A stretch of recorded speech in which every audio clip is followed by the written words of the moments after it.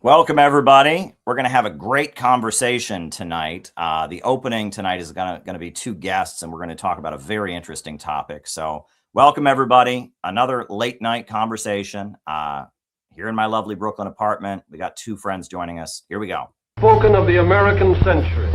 I say that the century on which we are entering can be and must be the century of the common man. A radical redistribution of economic power. I mean, we know that racism is just a byproduct of capitalism. Everything would be all right if everything was put back in the hands of the people. We need a government that will make sure Americans are taken care of and organize the economy to serve the people, not the profits of a wealthy few. We now have the techniques and the resources to get rid of poverty. We got to start getting out there with the people. Get out of the movement and get to the masses. We need a government of action.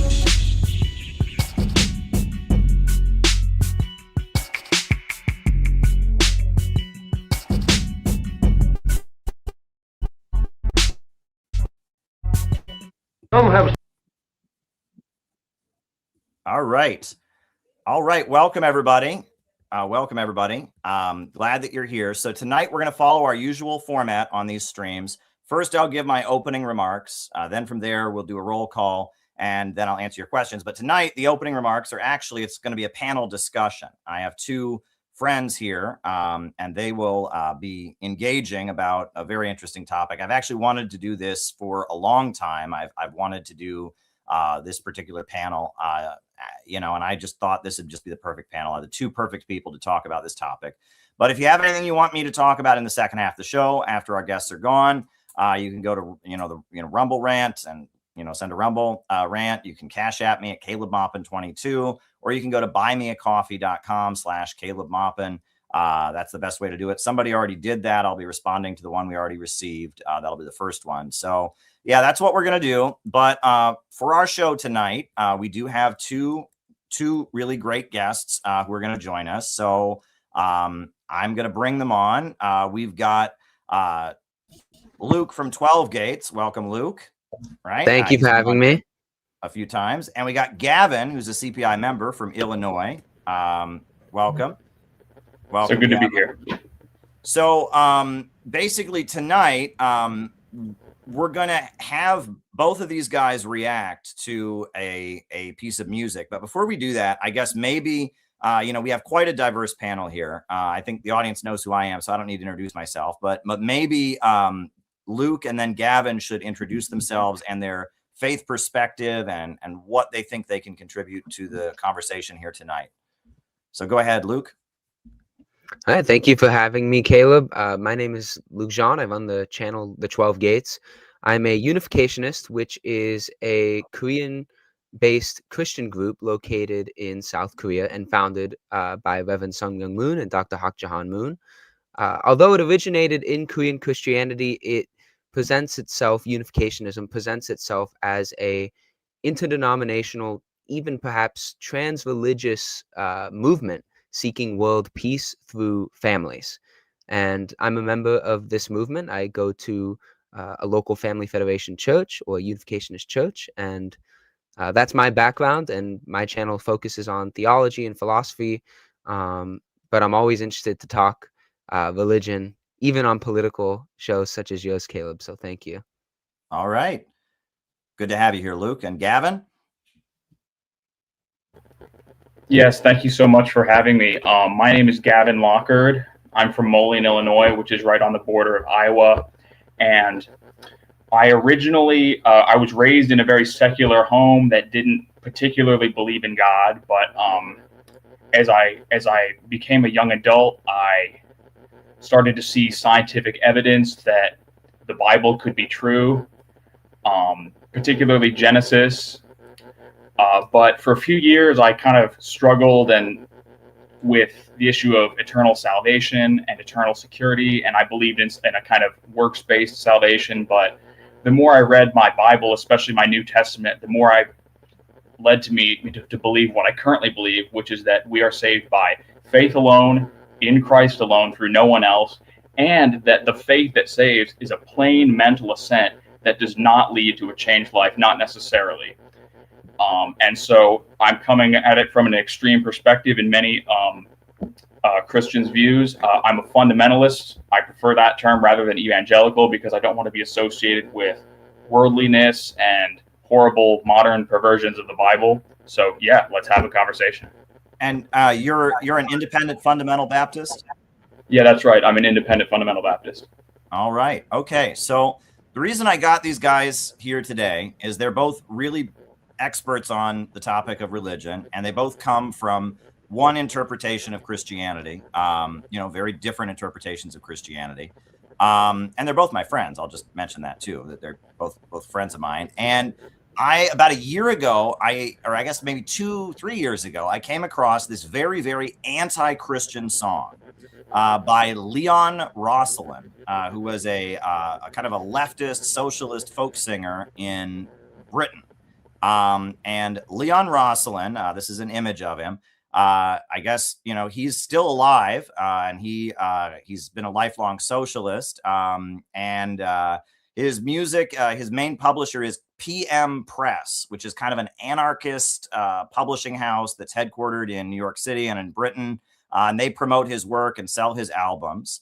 And I found a bio of him. It said, Rosselson, the son of a Stalin worshiper who never really lost faith, could see the intellectual and human absurdities and cruelties of socialism as practiced by Russia and its client states, but wasn't at all sure it was any worse than the consumerism, greed, selfishness, and international bullying of the US-led free world. That's how he describes himself. So I guess his father was a Stalin supporter, a member of the Communist Party in Britain, but he's kind of a new left Trotskyist, something like that. He's been singing songs since the 1960s, and he's got all kinds of albums about world peace. And one of his songs I actually do like, which is called the Song of the Old Communist, I believe. And it's kind of a reflective piece. But I discovered this very anti-Christian song that he's never actually apologized for. He does have an essay he wrote in the 2000s that kind of is like, well, maybe this wasn't the right thing to say or whatever, but he's never really apologized for this song. So before we play it, I guess I'll give both Luke and Gavin an opportunity. So Luke is hearing it for the first time with fresh ears. Gavin heard it for the first time earlier today. So I guess, we don't want to give anything away, Gavin, and I guess Luke can't give anything away because he's never heard it before. But is there anything you want to say before we put this song on, and then I let you guys react to it? Well, before you revealed him as a Trotskyist with that description, I was going to say this is Trotskyism 101. When you started, that like you were reading his biography, and he was saying that the Soviet Union and the USA are both bad. It's like, well, I've heard that a million times. There you go. And Luke? Well, it's interesting that his father was a Stalin worshiper. In unificationism, Stalin is seen as a actually antichrist figure, if you can believe it, partly because the way his imagery and iconography was displayed in many parts of Soviet Russia. Not so much his economic policy, although unificationism has some literature on that, but more so the imagery. So it's interesting to hear that kind of description. He seems to be rebelling against the worshiping, or what he perceives to be worship of a certain figure. So that stood out to me. All right. Well, very interesting. So if anyone has trouble hearing the lyrics or whatever, the lyrics are here. I linked the lyrics in the chat, and I'll put them in the private messages for the guests as well. So you can look over the lyrics in case there's any question about it, but we might as well get to it. And I guess, I know we don't want to be snowflakes here, but I mean, trigger warning. This is a very, very, very anti-Christian song. I have never heard a song that is more anti-Christian than this. Gavin's giving me a thumbs down. What do you mean? What do you mean? Just signifying that the song is bad. Yeah. Yeah, it's very, very bad. And I am offended by it on many levels. And, I assume Luke will be as well. So just, trigger warning, everybody. But the lyrics are there, and we might as well just get right into it. This is Leon Rosselson's own performance of his song, which I said he's never actually apologized for. He's danced around, maybe I shouldn't have done this, whatever, but he's never apologized for it. he kind of regrets it on some level. 1977, Leon Rosselson's Stand Up for Judas.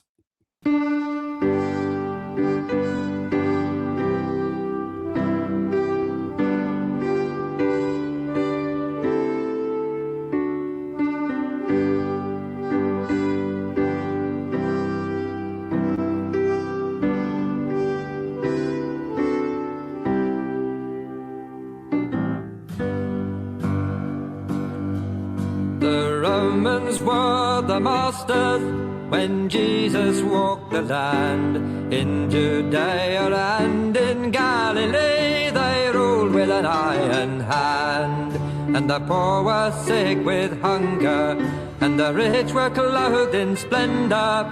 And the rebels whipped and crucified hung rotting as a warning. And Jesus knew the answer, said, give to Caesar what is Caesar's, said, love your enemies. But Judas was a zealot and he wanted to be free. Resist, he said, the Romans' tyranny. So stand up for Judas and the cause that Judas served. It was Jesus who betrayed the poor with his word. Jesus was a conjurer, miracles were his game, and he fed the hungry thousands and they glorified his name. He cured the lame and the lepers, he calmed the wind and the weather, and the wretched flocked to touch him so their troubles would be taken. And Jesus knew the answer. All you who labor, all you who suffer, only believe in me. But Judas sought a world where no one starved or begged for bread. The poor are always with us, Jesus said. So stand up for Judas and the cause that Judas served.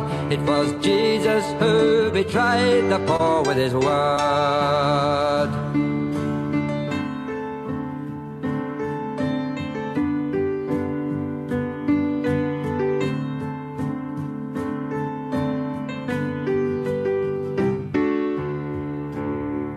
Now Jesus brought division where none had been before. Not the slaves against their masters, but the poor against the poor. Said son to rise up against father, and brother to fight against brother. For he that is not with me is against me, was his teaching. Said Jesus, I am the answer. You unbelievers shall burn forever, shall die in your sins. Not sheep and goats, said Judas, but together we may dare shake off the chains of misery we share. So stand up for Judas and the cause that Judas served. It was Jesus who betrayed the poor with his word.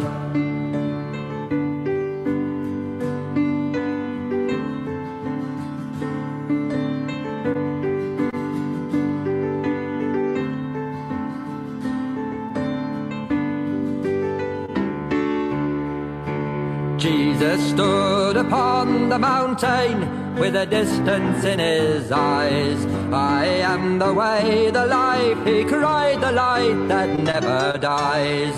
So renounce all earthly treasures and pray to your heavenly Father.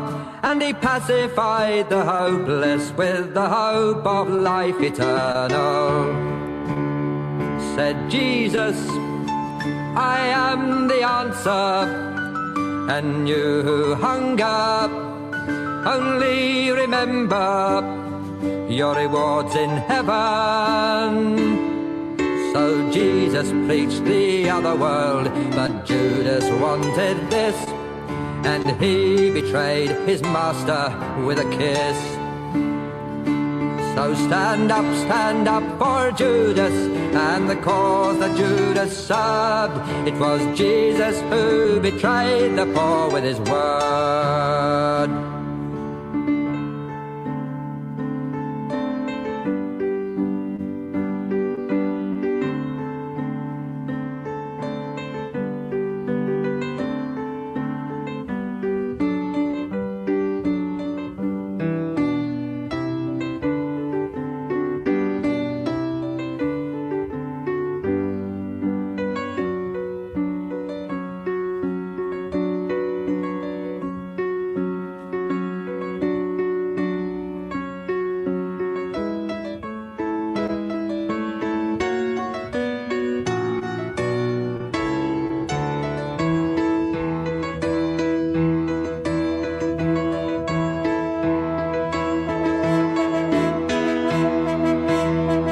By sword and gun and crucifix, Christ's gospel has been spread, and 2,000 cruel years have shown the way that Jesus led.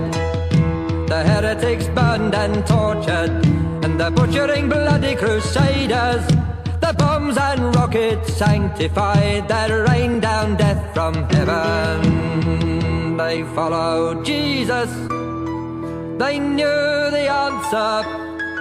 All non-believers must be believers, or else be broken. So put no trust in saviors, Judas said, for everyone must be to his or her own self a son.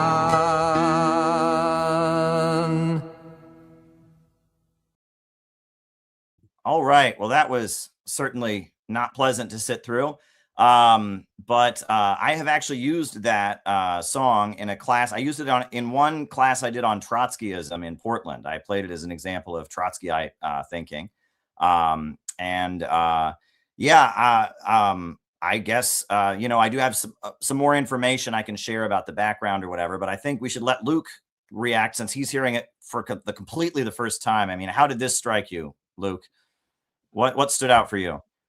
Well, it's all based on a total misreading of the Bible. It's all based on, in the first stanza, in the first set of lyrics, where he's talking about how, well, Jesus said, pay unto Caesar what is Caesar's, but he's leaving out the other part, which is, well, you pay unto God what is God's. The teaching is not, just, pay Caesar, pay your taxes, just be a good little Roman. That's not what he's saying at all. It's a total misreading of that verse in the Bible. And that's the starting point of everything else he says in the song, because what does the chorus talk about? The chorus talks about how Jesus didn't, serve the poor and save the poor. He sold out the poor. And it was Judas who actually somehow was fighting for the poor. That's just, I'm surprised at the massive biblical inaccuracy. You don't need to be, you can be a Catholic, a Protestant, evangelical, Baptist, unificationist, and yet still you can't come to that conclusion without a lot of effort. So that's my initial reaction. It's based off of a total misreading of a. All right. Well, I agree with that. Gavin, give us your reaction.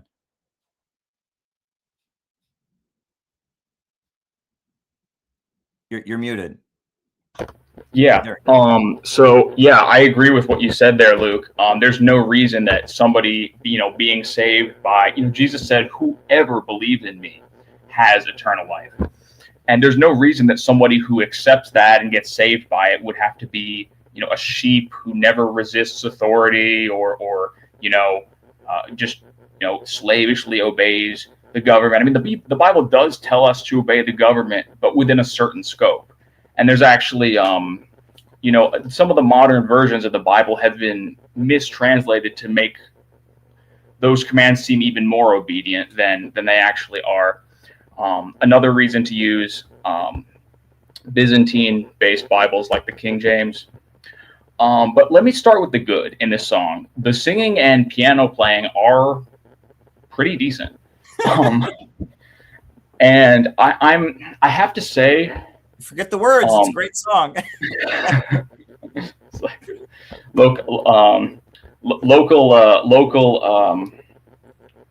local Christian praises satanic song, right? Yeah.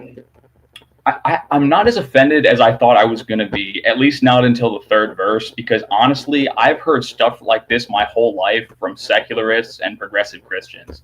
It turns out Leon Royselson was in fact Jewish, but honestly, whether people are or not, there's a lot of people who seem to have this view, and I guess I found it a little bit refreshing, the fact that he was open about the fact that he thinks Jesus was the good guy and that he thinks Judas was the good guy and that Jesus was bad, because I feel like a lot of progressive Christians I know basically think that, but are too much of cowards to say it. And they basically think Jesus was a foolish, primitive person who had good intentions, but lived so long ago that he couldn't possibly know what we know, and other ridiculous, condescending views, blasphemous views like that. So I feel like it's better the devil you know than the devil you don't know. And I feel like this guy is like, okay, I'm a Trotskyist activist, I'm secular, I'm Jewish, I'm atheist, I'm all these things. I'm going to be open in your face about it, rather than, because what the progressive movement has done is try to sneak this view into Christianity. And so I'm glad this guy's being open about it. I always, it's interesting because the theory that Judas was a revolutionary who wanted to overthrow the Romans by force actually goes back to, Wilhelm Wrede, which looks like Wilhelm, Wrede. I can type it in the chat. And that's in the 20th century, but I think there may have been some other also German scholars like that guy that might have advocated that in the 1800s, 19th century. So, of course, lots of horrible things have come out of Germany for a long time. No, that's nothing new right there, but including modern critical theory and as well. But so this idea that Judas wanted to overthrow the Romans by force, and that he turned Jesus in as an attempt to accelerate the revolution.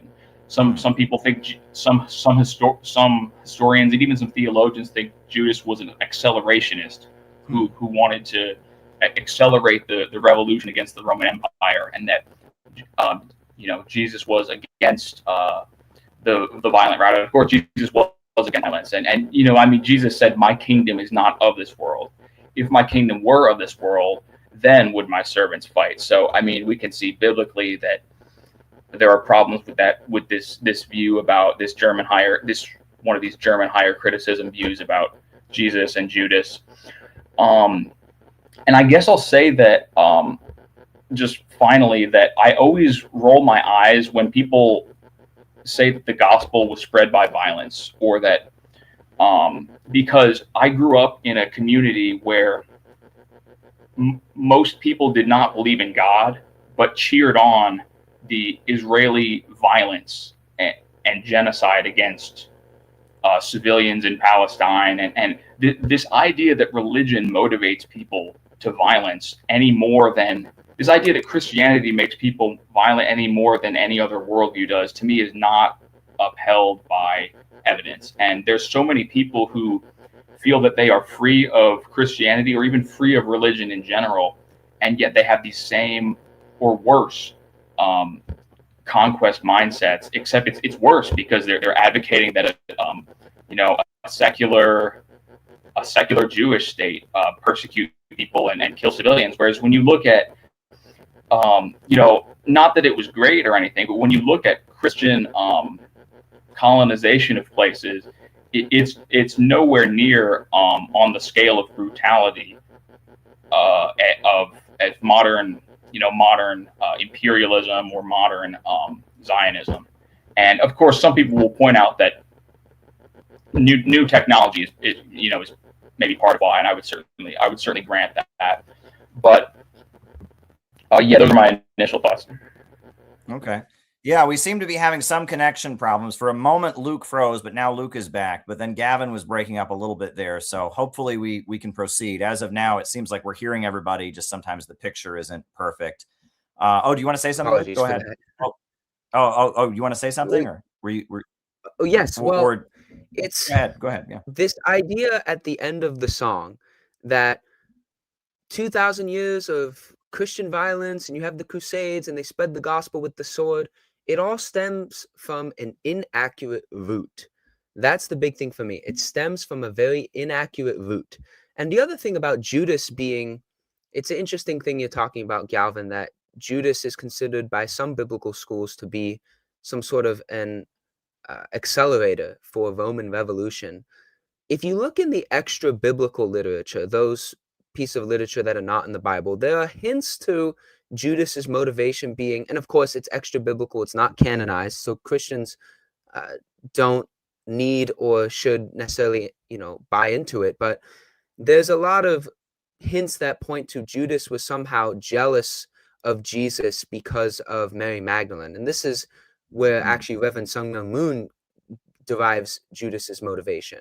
In part, even though he didn't have access to the biblical literature, he believed that Judas's motivation was jealousy at the relationship between, or the closeness, not necessarily romantic, but the closeness between Jesus and Mary Magdalene. There's the apocryphal gospel of Mary Magdalene and of Judas that kind of in extra biblical literature talk about that. So there are many explanations as to why Judas may have done what he did. I personally don't believe it's simply just 30 pieces of silver and he was greedy. Of course, that's kind of the final, like, all right, Satan has you now. But the motivation, regardless of what it is, there's no argument in my mind in any of the biblical, extra biblical, or biblical schools or scholarship that somehow Jesus was being a fake in his regard for the poor, and that secretly Judas was the one who was serving the poor the whole time. I mean, granted, he was one of the 12 apostles, so maybe he did serve the poor, but there's no anywhere where it says Judas was secretly giving extra to the poor and blah blah blah, and he was so loving. There's no evidence of that whatsoever. So so it's interesting. Luke, let me just jump in here, because so what came to mind when you said about Judas being jealous of Mary Magdalene, right?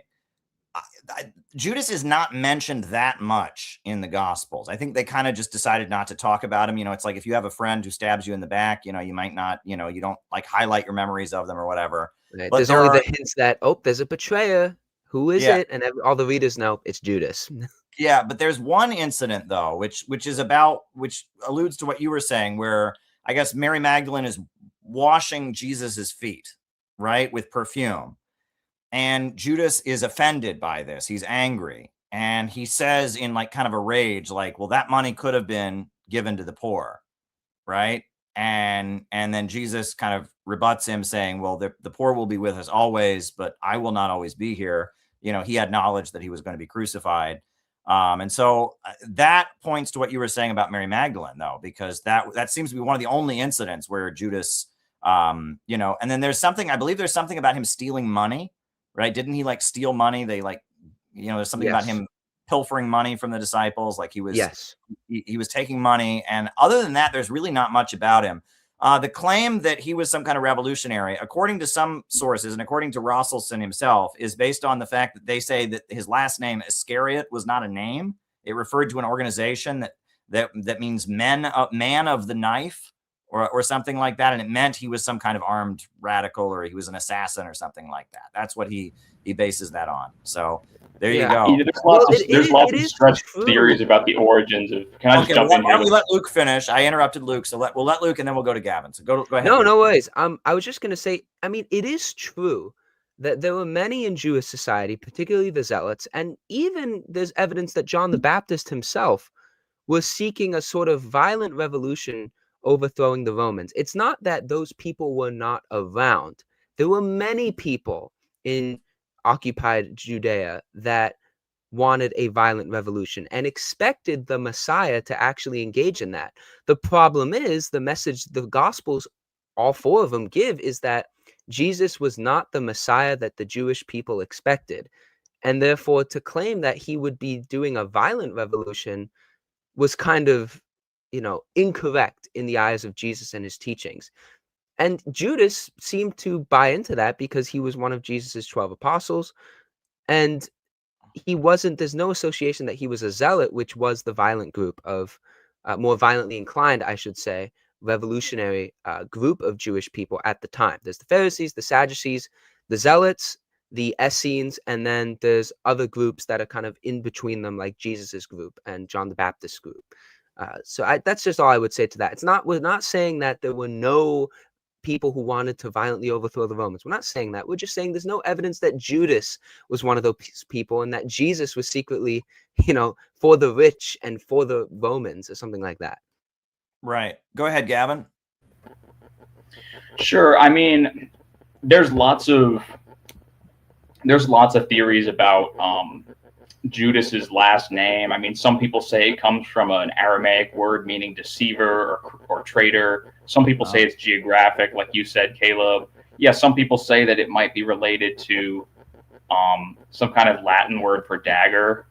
And I mean, I'm guessing that this Leon character Leon Rosselson is picking the one he prefers. But I mean, there's not a historical consensus on that. Yeah. I mean, the other thing, when you mentioned the Zealots, wasn't Simon one of the disciples? Didn't he come from the Zealots or something? Do either of you know the whole story there? I don't know the whole story there at all. Either of you want to know more about that? I guess. Well, if you're talking about Simon Peter. Okay. If you're thinking of Simon Peter, Peter was a fisherman. I don't recall what group he was a part of, but whatever group he felt he was a part of, he dropped it. Peter, who was known as Simon, dropped it and, joined them. But as to were any of them specifically from the Zealots, I do not think so. From my remembrance of the Gospels, I don't think so, but I could be mistaken. But they were around. They were most certainly around. Do you know anything about that, Gavin? I think, Caleb, you might be referring to, there's a Simon Zelotes in Luke 6:15, presumably one of the 12 apostles. And so, it's possible, I guess, that he could be linked to the Zealots. I don't want to say that certainly, but even if so, that's implying that not all of them are, and that, certainly, Jesus is not. And so it's people, when people try to say that the New Testament or the Bible is teaching their particular revolutionary ideology, they will often cherry pick and Texas sharpshoot and bend the facts to fit that agenda. So I think we need to start with the Bible rather than starting with a predetermined political agenda and try to make the Bible fit that. Yeah. Well, one thing I wanted to just observe about the song was most of the song, he's making the case that Jesus didn't believe in class struggle, right? And Judas did, which is a huge assumption, right? I mean, and so based on that, Judas was the good one. But then at the very end, it turns into don't follow any leader, right? And it turns into leaders are bad entirely, right? It goes from Trotskyism of oh my gosh, we must have pure class struggle under all circumstances. You can't, and then it quickly at the very end, it turns into have no faith in leaders at all. Right. And then he makes an allusion to a quote from Karl Marx. He says, every man must be to his or her own self a son. Right. And let me there's a quote that's actually an allusion to a quote by Karl Marx, an anti-religious quote from Marx that I had here. Marx said, religion is only the illusory sun which revolves round man as long as he does not revolve round himself. Right. And that quote, it's interesting because he's talking about man in the collective sense, but I've seen it like Jordan Peterson and others misrepresent it and say that Marx was referring to himself. Like he thought he himself, the individual, was the center of it. But that's what Leon Rosselson says. He says we should all be revolving around ourselves. which is like the exact opposite of Jesus's message, right? Jesus is Totally saying, anti-Christian. like lay yourself down. And Leon Rosselson is saying, you should be purely selfish, which also doesn't sound very socialist either, right? I mean, that sounds kind of the opposite. He's supposed to be this big socialist. So, I thought that was interesting as well. So it started out as just kind of this like ultra Marxist interpretation of, Judas is the real revolutionary. Jesus is some kind of, I almost like it's almost like he's saying Jesus is like a televangelist, right? He's a televangelist, giving people hope and ripping them off to get money. Jesus is Joel Osteen or something, and Judas is, this true revolutionary. And then at the end, it turns into you shouldn't have a leader at all, and you should be purely selfish. So it oddly contradictory, I thought. I guess Leon Rosselson said he wrote it because he saw a sign somewhere that was urging people to repent or else they would die in their sin. And he was offended by that sign. And that's what inspired him to write the song. So I guess Gavin looks like he wants to react to that. And then we'll go to Luke. Go ahead, Gavin. Well, yeah, I mean, I have in response to what you're saying with Rosselson, I have a comment about Jesus. I have a comment about Marx. And I have a third one I'm forgetting. So where shall I start? Go ahead. Yeah. Start. Yeah, I mean, I want to say in response, yeah, Jesus offended a lot of people. The gospel is offensive. I will say this. Okay, I'm gonna quote John 11 here in the Bible. Jesus said to Martha, "I am the resurrection and the life. He who believes in me, though he may die, he shall live. And whoever lives and believes in me shall never die. Do you believe this?" She said to him, "Yes, Lord, I believe that you are the Christ, the Son of God, who is to come into the world." Unquote. And I just wanted to say, notice the assurance that Martha had. She didn't say, "Well, Lord, I'm not sure because I'm not perfect." No, she was sure. And this is an eternal life passage. And I wanted to say that with regard to Marx, I believe that Karl Marx got saved when he I believe that Karl Marx was saved when he was a teenager or younger, but that he was an apostate. I believe that Karl Marx was saved, but that he was an apostate because Karl Marx clearly got saved when he was a teenager. He clearly put his faith in. He clearly believed in Jesus for the free gift of eternal life. He wrote about it, and that gets scrubbed out of collections of Marx's works because I think communists are kind of embarrassed of that. Of some of the young Marx writings are Christian. There's at least 3 writings from Karl Marx. I didn't know that. I knew that his family converted when he was 14. I knew that but I heard it wasn't sincere. I heard it was just so his dad could get a job. His dad wanted a government job. Yeah, I mean, there's no way to know for sure. I mean, I'm not a mind reader. In that sense, it's possible that Marx was never saved and has eternal death and was just writing stuff to, I don't know, pass his high school religion class or college religion class or whatever. It's possible. I'm not a mind reader, but in my opinion, the Bible teaches that once you're saved, you'll always be saved, even if you apostatize, fall away from the faith. But unfortunately, Marxism did go around spreading atheism to quite to some extent. The extent to which Marxism has spread atheism has been exaggerated. And today, Marxist countries are more friendly to Christianity and specifically to fundamentalism than capitalist countries are. But there definitely was a time when Marxism was associated with atheism, and Karl Marx definitely became an atheist. Oh, no question about it. Yeah. And I was talking with an Irish Catholic socialist who was trying to tell me that Karl Marx had a deathbed conversion or something. But I tell you, I don't think that's true, and I don't think there's any evidence for it. And so I'm not like, for example, like I'm not saying these things because I want to believe them. I just want to be clear. There are some very counterintuitive facts. I'm trying to go from a biblical perspective. I'm an independent fundamental Baptist. And I mean, for example, I think that Karl Marx had a lot of moral flaws, but by a biblical definition, I think he's saved. I think Joseph Stalin, was a much better person than Karl Marx in terms of how many people he helped and the good things he did in life. But I don't think Joseph Stalin was saved, because I've not seen evidence that he believed in the free gift of eternal life. So I went on some rabbit trails there. Maybe that'll mentally stimulate both of you. Well, before we get to Luke, I want to respond to that, because this is something I've spent a lot of time talking about. I think that, socialism as an idea was around long before Marx was around. It was widespread. And it was just this vague understanding that in modern capitalism, we focus on individualism too much, and that people are being left behind, and that the rule of money has certain problems with it. And socialism was around as kind of a vague concept.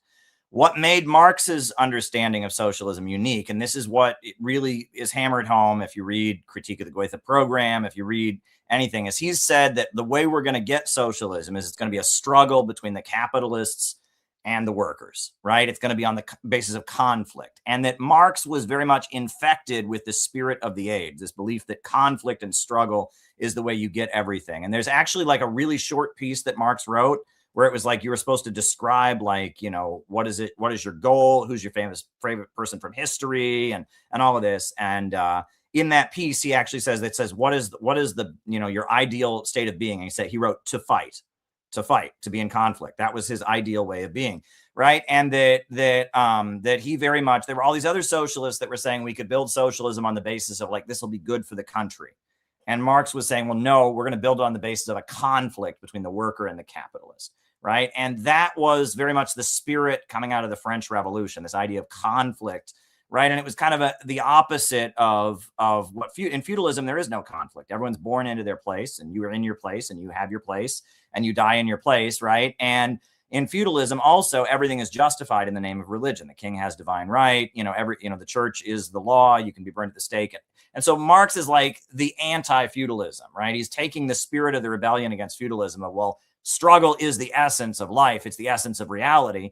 And on top of that, he's saying that, that there is no religion, there is no spiritual anything. All that exists is matter. And that taints his ability to really, that there is this kind of, that kind of like rage that comes across that really, I think that was almost like a curse that hung over Marxism. And you mentioned like Marxist countries are not like that anymore. And yeah, I think that Marxist countries are largely moving toward a socialism that's much more like people like Düring, right? The big Marxist book Engels wrote is Anti-Düring. And it's all about this German socialist who was saying that we can build socialism on the basis of having a strong country, moral values. If you look at China's not promoting class struggle. Like their message, it was a block of 4 great classes to rescue the country. And even now, they're not promoting class struggle. If anything, it's more like Düring's vision of socialism. They've kind of gotten away from that. And that I view almost like socialism and Marxism as it's come into the world as a result of the Russian Revolution. It's gotten further and further away from this notion of, class struggle and conflict being the basis of it. And you almost get like, it's almost putting out a message of kind of oneness and national unity. And, and like the wild thing is that the woke people, though, a lot of them love Marx. They really love Marx, and they hate all those countries. And they just love that aesthetic of rebellion. They love, you have nothing to lose but your chains, rebel, tear everything down. But they actually hate all the countries. And the countries tend to actually, promote like more traditional values. Other than Cuba, I don't know of any communist country that has gay marriage, for example. None, right? And that, Stalin, when Stalin promoted the Soviet family, for example, Trotsky attacked that, and he called it the Thermidor in the family. He said it was an attack. Stalin outlawed abortion. He outlawed homosexuality. And as far as the whole thing about Stalin, in Russia, there are many, many people who believe Stalin was a Christian because he went to seminary school, and because after the Second World War, he built so many churches and he legalized the Russian Orthodox Church. There's no proof of that. That is a legend, right? And it's a very widely believed legend. Like you can even watch YouTube documentaries. There are people in Russian Orthodox churches that claim, yes, Stalin came here in a coat once every Sunday to pray, and he didn't want anyone to see him. And I'm not saying any of that's true, but that is a really big part of the Russian, they call it the new Russian patriotism that kind of came in with Putin, is the notion of Stalin as a Russian Orthodox savior of the nation who drove out the invaders, who restored Great Russia. And that's a big part of Russian Orthodox theology, is the notion of like Great Russia. So I'm fascinated by the legend of Christian Stalin. I find it really fascinating. And it really just kind of flies in the face of of everything that we know about both politics and religion in America, right? Because it doesn't make sense, but it does in Russia, right? Even though I'm not saying it's true, I've never seen any confirmation that it's actually true. I find that fascinating. That's actually what my book, Mystical Stalinism, I kind of touched on it in here. I wrote this text, Mystical Stalinism, kind of touching on that legend. And you know, I find that to be fascinating. I'm not saying it's true, but it's kind of like if something is not true, but people widely believe it, it tends to hint that there's like a grain of truth in it, even if it's not actually true. And that's one thing that I've noticed. Like, so it's like maybe that isn't actually true, but you can see like a you know, Stalin did go to seminary school. The leaders of the Bolshevik Party that Stalin persecuted tended to be Jewish leaders. The Jews were highly overrepresented in the Bolshevik Party, and Stalin persecuted them. And so there's an element, maybe not even consciously, that Stalin was kind of bringing his kind of Christian background into trying to fix the Soviet state or something like that. That's a whole longer conversation we can get into sometime that I find fascinating. But yeah, I mean, I feel like this song in a weird way, you know, and I guess I'll talk more about this later, but like Gavin said, it's more honest. This is what I think a lot of Marxist atheists really believe. And they try to dance around it and tap dance around it. But this is, rather than trying to make Jesus into one of them, they're just kind of writing a song to repudiate Jesus and make Judas the good guy. That's kind of how I see this. And that's why I appreciate it. And I also, Judas is a traitor. He's the symbol of betrayal, right? That's basically what he's the symbol of. And, you know, he's the backstabber, right? He's like Satan. He's the fallen angel, right? Satan betrayed God, is an angel who betrayed God. Judas was a disciple who betrayed Jesus. And that many people have said that Trotsky is Satan in the communist narrative. He's Judas in the communist narrative, right? And that's in 1984, for example. The Goldstein character is based on Trotsky, right? And that almost that people that are quote unquote anti-totalitarian say that if you're going to have a totalitarian movement, you have to not only have a Christ figure, you have to have a Judas figure. So on that, I will hand it over to Luke. Well, a whole bunch of stuff to discuss there. I will just highlight a few things that stood out to me. I think the premise of the Communist Manifesto, for example, which is the work of Marxism I most studied in, the Communist Manifesto, it starts out with this premise of history is about class struggle. That's the fundamental flawed root, I feel, of Marxism, in the manifesto at least. When you view things as purely class struggle between those who have capital and those who do not in various iterations throughout history, you are doing, as you said, narrowly focusing on one aspect of the human existence, and there are a myriad of aspects of the human existence. Then you get to, okay, well, how do people organize? Do they only organize in class? No, they organize by ethnic group, by religion, nation, of course, tribal groups, all sorts of groups people, you know, organize in. So to narrow it down into class and capital is fundamentally flawed. And then his resolution, of course, is to violently overthrow the bourgeoisie. In other words, anyone who has capital. He says, oh, well, if you have a small little shop as a proletariat, okay, we won't take that away. We won't violently revolt against you. But everyone else who has property, anyone who's an owner of anything, violently take the property and redistribute it. And what I noticed, another flaw for me was that it doesn't end there, because the redistributive mechanism is not the proletariat, you know, as individuals, but it highlights the capital as state. And this is where Orwell comes in with Animal Farm in 1984 and basically says, okay, Marxism's not accounting for human nature. Karl Marx already did not, for example, account for the various other ways that people organize themselves. There doesn't seem to be much human nature involved in, you know, the Marxist ideology. So what will happen if there's a capital S state that's in charge of the redistribution? Inevitably, you know, Animal Farm, you have the pigs.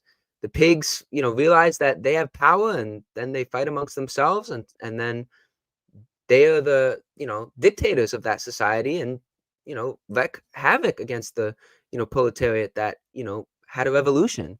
So for me, those things, you know, are critical flaws in Marxism that I think, when played out, have honestly had devastating effects. And granted, is, you know, Leon Volosyn being more honest in his song? Sure. But his call for and basis of the song, I think, just like in, when I talked about the biblical quote, the basis of his song comes from, this sort of Marxism, which I think is fundamentally flawed, I think. And granted, there's not that much of a proliferation in terms of class struggle, class revolution in, for example, China. But for me, you still have the state there as pretending to be the redistributive force that in actuality targets many religious groups, including my own, the Unification Church, among plenty of other Christian groups. And, you have the Uyghurs, for example. And, China's one example. There's also North Korea. They promoted, the Marxist communist ideology. Then it totally shifted into totalitarian Duce ideology, where the Kim dynasty is a dynasty of gods, essentially. Even if you don't have their photo hung up, you are arrested, probably, tortured or killed. And true. It's not true. No, but that's okay. Continue. It's okay. Oh no, so no, because I'm curious. I'd like to be challenged on anything I'm saying. Well, I mean, we're not here to talk about North Korea and all of that. Please continue. We Oh, don't want to. no, I'm sorry. Yeah. I gave Go it. ahead. I was just giving it as an example. And anyways, for me, and like you said, Caleb, what are the woke people doing? And what is, as Gavin, you talked about, what is people based in critical theory doing? They're adopting it to devastating effect. And so I guess that's what I think of when we talk about, what the roots of Marxism produce. It can produce potentially some good, but when you have only the, narrow-minded class struggle through capital, you have the wokies, you have the, like you're talking about the Trotskys, you have the those type of iterations that are not good, not healthy. All right. Go ahead, Gavin. So I said a lot there. Yeah, a lot of good stuff. I would agree that Marxism is flawed, but in my opinion, the flaw in Marxism is not so much in the class struggle part, but in the secular worldview part, the evolutionary worldview, where this idea that, over billions of years, particles became people and through accidental mutations and this. So, I mean, the class struggle part is, it shouldn't be done violently, but I think definitely there are different classes that are incompatible with each other. And I mean, there are societies that have made some of the more harmony of classes, like China. I'm not saying there's no exceptions to it, but I think that the flaw in Marxism is in the secularism that is so often paired with it. And I think that I would also say that some of the atrocities committed by Marxist governments, I think, pale in comparison to how many ways they've helped people and given food to people, literacy to people. And I think that, I'm definitely against wokeness and critical theory, but I think that wokeness and critical theory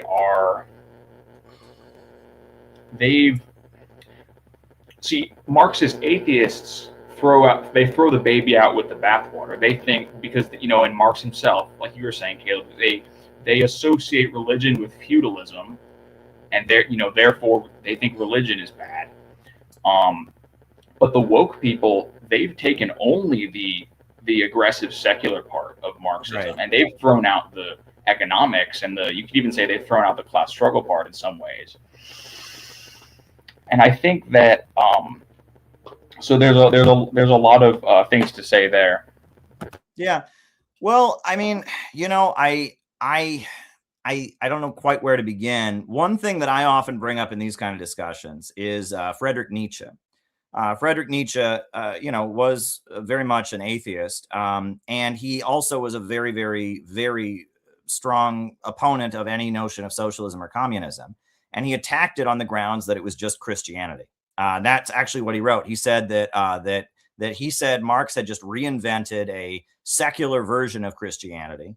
And he said the doctrine of the lowly makes for lowliness. And he claimed that communism, Christianity, and Judaism were all slave religions, slave morality, that claimed that it was something that the downtrodden and poor people made up to feel righteous in their suffering. and that he wanted to go back to ancient Roman and ancient Greek paganism because he thought it was superior. And he then celebrated colonialism because he said that it was causing the Europeans to give up their Christendom and just become ruthless and cruel. And he wrote about the blonde beast. And he said that when the Europeans were going to Africa and slaughtering people and killing them, that was great because they weren't trying to do right and wrong anymore. They were just doing might makes right. That's, that Friedrich Nietzsche is the basis of philosophical irrationalism, right? And that's the destruction of reason by Lukács. He shows that basically Nazism and Nazi war crimes, the basis of it was Nietzsche, right? It was this belief that there is no reality, there is no right and wrong. And so with my willpower as an individual, I can choose what's right and wrong and just make it so by doing so, right? And that is the basis of much of the evil. And that I believe it's very interesting. ContraPoints, who's one of these like woke anti-communist, but like woke leftist YouTubers, she did a video about religion. And in the video, she did not highlight any of the Marxist works on religion. She highlighted Friedrich Nietzsche and his book Beyond Good and Evil. And she championed philosophical irrationalism and these very, very notions on here. And that the postmodernist and the academic crowd, they may draw from Marx and Marx's critique of the West because it's useful in like deconstruction. But at the end of the day, they are philosophical irrationalists. What they believe is kind of what Rosslyn believes at the end of his song, where he says, be your own, basically just be selfish, right? Be in and of yourself and just make your own rules. Don't have any saviors. Don't worship anything. Just be purely selfish and follow yourself. And I believe that's what the rich actually believe behind closed doors, right? I think that some of the people who rule over us pretend to be Christians. Some of them don't, but at the end of the day, what they really believe is they believe in Nietzsche or Leo Strauss or Ayn Rand. Ayn Rand talked about the virtue of selfishness, right? That's really what they believe.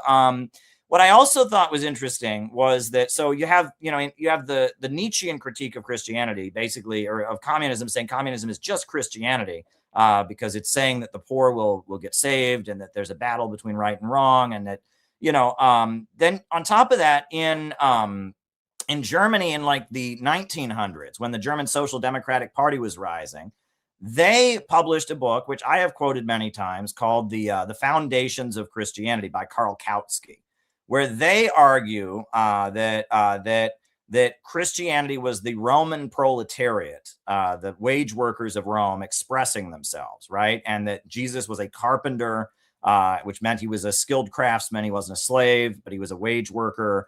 And that it was the Roman proletariat of Rome. It was their kind of mystery religion that they used to assert themselves, and that Christianity was the first working class movement. And Kautsky tried to present Marxism as like we're just kind of an updated, modern, secular, scientific Christianity. And that's what Kautsky was trying to argue. And that's what he argues in Foundations of Christianity. In the book, he argues that Jesus was a zealot and was a composite of various zealots who'd been martyred. And that's what he argues, as that there were various zealots who had led revolts against the Romans, and that they took different legends of them, and the Jews in Rome that were wage workers and not slaves, as they built this movement to fight for their rights against their employers, they like incorporated different legends of zealot leaders who'd been martyred and crucified, and they made the Roman religion. And he points to the fact that there are some of the words of Jesus were apparently said by Roman, Roman philosophers, and that they argue the early Christians were pulling some of the Roman philosophers. Like, I think the phrase "as ye sow, so shall ye reap" was said by like Seneca or somebody like that, or something like that. I think that's from the Old Testament, though. I don't think Jesus said that, but I think isn't that from the Old Testament? Gavin would know, but Gavin, is that from the Old Testament? He's quoting the Old Testament. Yeah. Yeah. So Jesus was quoting the Old Testament anyway. So maybe those Roman guys also heard it. I don't know. So I don't know. He does that, and that in Germany they were trying to repackage Marxism as just kind of a secular reinterpretation of Christianity. That was a really, really big part of German social democracy. And that's the party that Marx built, right? As Marx was dying, as Frederick Engels, Marx's collaborator, they built the German Social Democratic Party. That was the flagship Marxist party in the world. And what happened is that party sold out and supported World War I. and sent millions of workers off to die at the end of in World War I, and discredited itself completely. And then at the end of World War I, when Germany was collapsing, that party was basically handed power. And then it killed its most true believer, Rosa Luxemburg, who was trying to actually have socialism in Germany. And then they killed her. And that German social democracy, what Marx believed, German social democracy kind of, discredited it. Bolshevism, what Lenin did was kind of a weird spin-off of Marxism. Lenin had this theory about the national question, about imperialism, the highest stage of capitalism. He developed this kind of secret society. And the Marxists, the people who actually knew Marx, considered Lenin, what he was doing, they said it was a cult. They said this is an authoritarian, illiberal cult. You're saying things that Marx never said, that nations are good. You have this whole theory of capitalism as imperialism, and that Leninism was like a spin-off, like a weird spin-off of Marxism. That was invented that actually did end up taking power. And everywhere you've actually seen like an actual like Marxist government come into existence, it's been a Marxist-Leninist government. It's been that Leninist interpretation. And I'm at the point where I admit that, yeah, I think Lenin completely changed everything that Marx was about. And that was good. And I think Stalin changed what Marx and Lenin were about. And that was even better. And I think Deng Xiaoping took it even further. And I think that honestly, what started with Marxism has taken on just a completely new, we have a new economy in the world. You wouldn't have the BRICS economy in the world today if it wasn't for the Bolshevik Revolution of 1917. But I look at the BRICS countries and I don't see dialectical materialism. I don't see class struggle at all. I think they took some Western ideas to make their revolutions and gradually got further and further away from their ideas. And now what's going on in the East is something that is complete. It has nothing to do with Marxism or any other Western ideology. I think it's just a completely new thing. I think the Eastern civilization, the Western civilization is very, very different foundationally. And that because the West had intellectual dominance, they had to use, they were going to form some kind of Western ideology to lead their movements to establish independence. But now we've got a whole new economy and a whole new world that exists. And that largely, I don't see the countries around the world that are kind of outside of the West or broken with the West. I don't really see them as putting into praxis Karl Marx's ideas, but that's good. I like what they're doing. And I actually think they've reinvented things. And I think having, a market sector in a socialist society like China's done is great. And I think, supporting nationalism is good. And I think supporting the traditional family is good. And that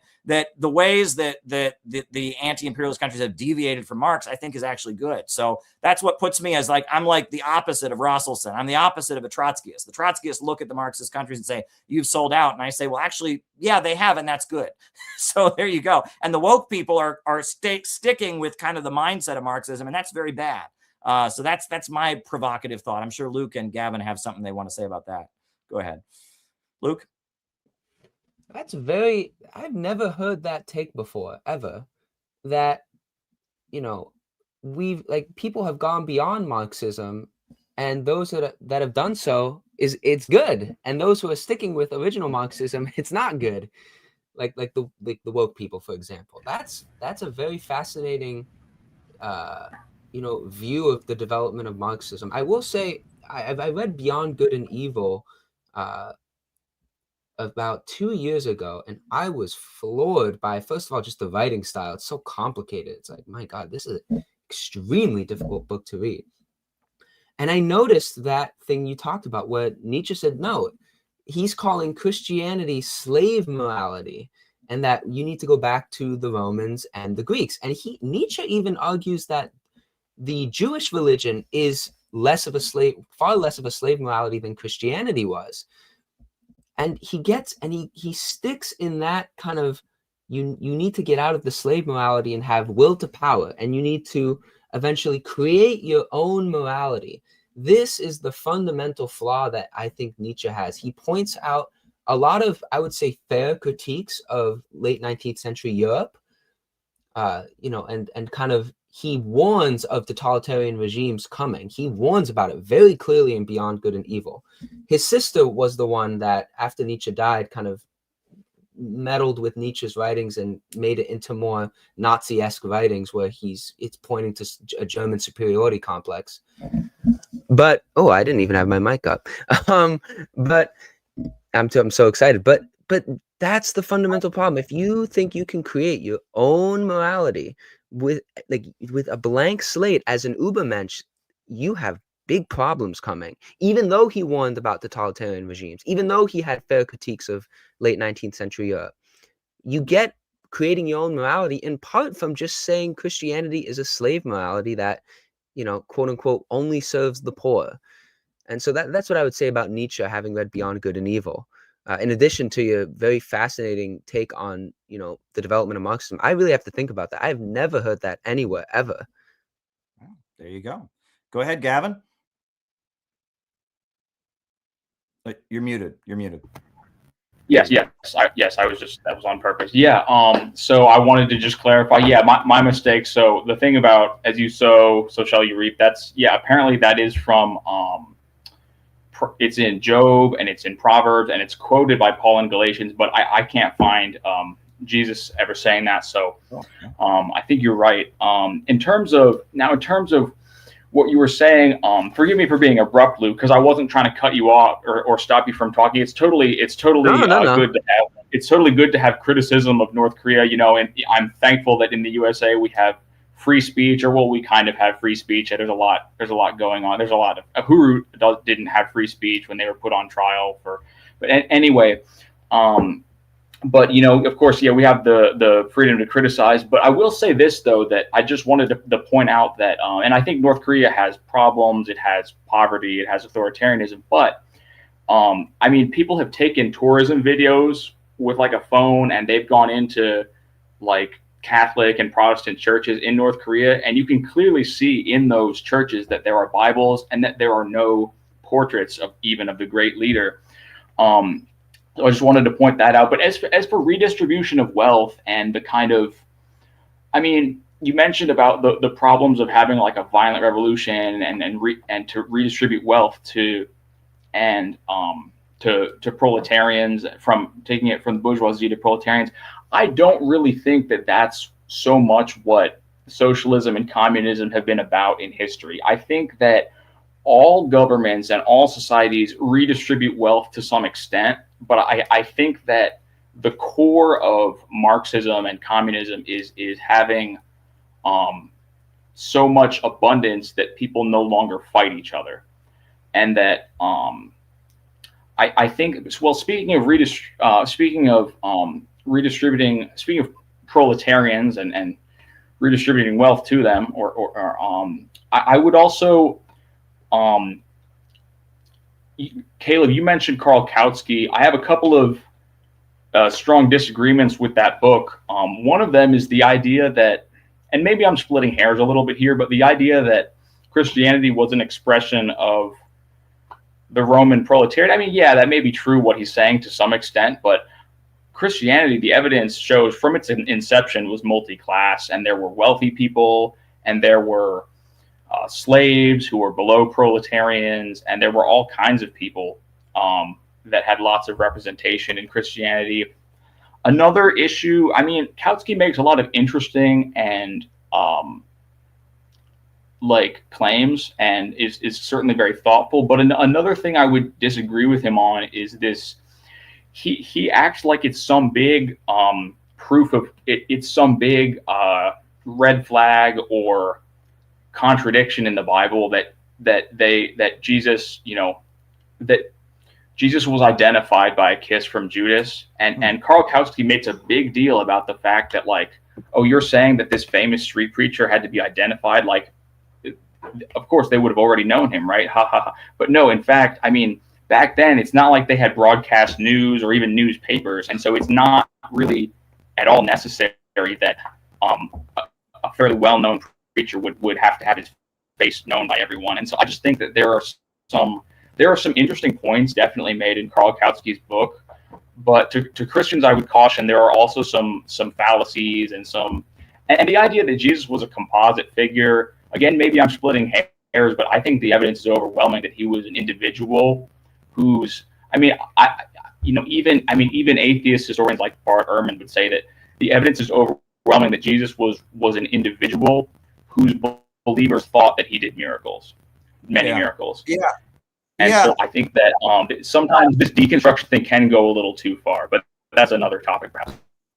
Yeah, I mean, as far as the whole redistribution of wealth thing, I mean, that's the kind of thing I talk about for hours and hours on this YouTube channel about. But like, I spent a long time, when I was a communist, I was in the Workers' World Party, and I would go around selling communist newspapers, and people would say to me, oh, I don't believe in communism. You want to take my house, you want to take my car, and I don't want to do that. And I would say to them, well, actually, no, what we want to do is we want the major industries to be publicly owned and operated so we can have a rationally organized economy. We don't want to take your personal property. We want to maximize and increase personal property by abolishing private property and the means of production. That was the point I would always make. And what frustrated me is I'd spent all this time explaining, no, we don't want to take your house. No, we don't want to take your car. And then Bernie Sanders came along and said, we're going to increase everyone's taxes and then give people health care. I'm like, I just spent my whole year telling everyone that's not what I, and that conservatives were saying that socialism is taxation. And I was explaining, well, no, it's not. We want to increase your personal wealth by centrally planning the economy. And then the woke people just came along and, oh yeah, socialism is taxation and it's good. And that so much of what the woke people do is it's like, it is this kind of, it's funny. I talk about Satanism. Like I view this like philosophical irrationalism, this idea that I, with my individual willpower, can define morality. That's Satanism, right? But there's also what they call like teenage Satanism, which is just whatever mom and dad say, you have to do the opposite. So much of what woke people do is they take the caricature of what communism is to a conservative, and they're just like, yeah, I don't want to work. I want to be lazy all the time. And it's just juvenile, and it's not helpful. And that there's so much of that. Like, I for a while, I think there was a Reddit group called like anti-work or something. Right. And it was some kind of like weird, like, intellectual wankery about like, we'll eventually create a society with no work. But of course, Fox News did like big stories about, all these, young socialists are on a website that means they don't want to work. And, and it was just like, so much of what they do is just, it's like designed to create antagonism, and it's not very well thought out, And I mean, the point that I always make about redistribution of wealth, there's that quote from, what's her name? The British, who was her name? The Iron Lady. What was her name? Margaret Thatcher. Yeah, Margaret Thatcher. And she said, well, socialism doesn't work because eventually you run out of other people's money.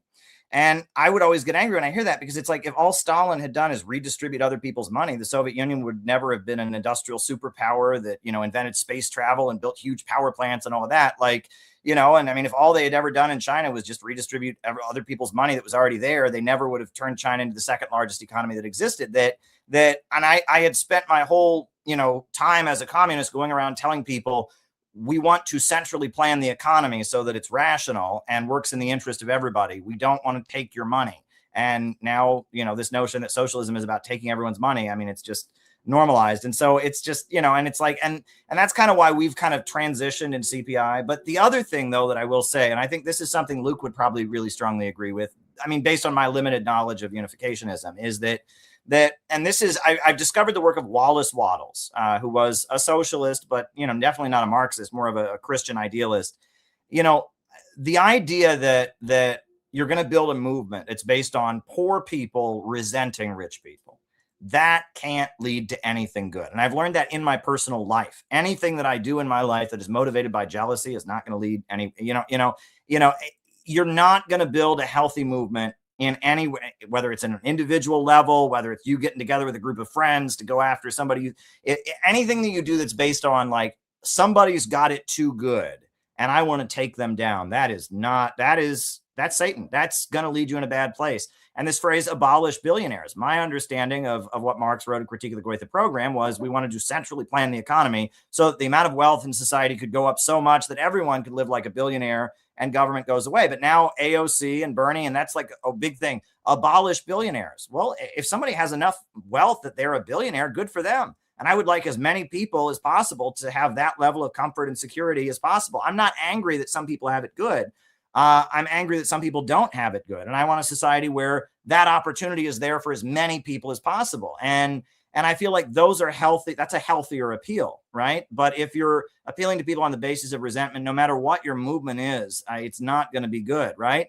And that, that's where like kind of this, this, whether it's from the left, it's like an economic thing, or from the right. I mean, I think anti-Semitism, the crude anti-Semitism out there is oh, Jews have it too good. I'm mad at them, so I'm going to take them down. Well, that's not, obviously that has led to a lot of evil things in this world, and so I don't know. I view this, as like, I think what Marx observed about the problems of the capitalist economic system and the belief that, that if we centrally plan things, that in the developing world, there are countries that have done that and been able to lift themselves out of poverty and industrialize. And I look to that for inspiration, but I don't pretend those countries, had an easy time doing it. There was a lot of brutality and a lot of repression and a lot of hardship. And in the process of doing that, those countries have very much shed that, the Cultural Revolution in China was all about jealousy and going after people for their class background and their perceived privilege. And now China looks at that as like an awful, awful moment. When I was in China,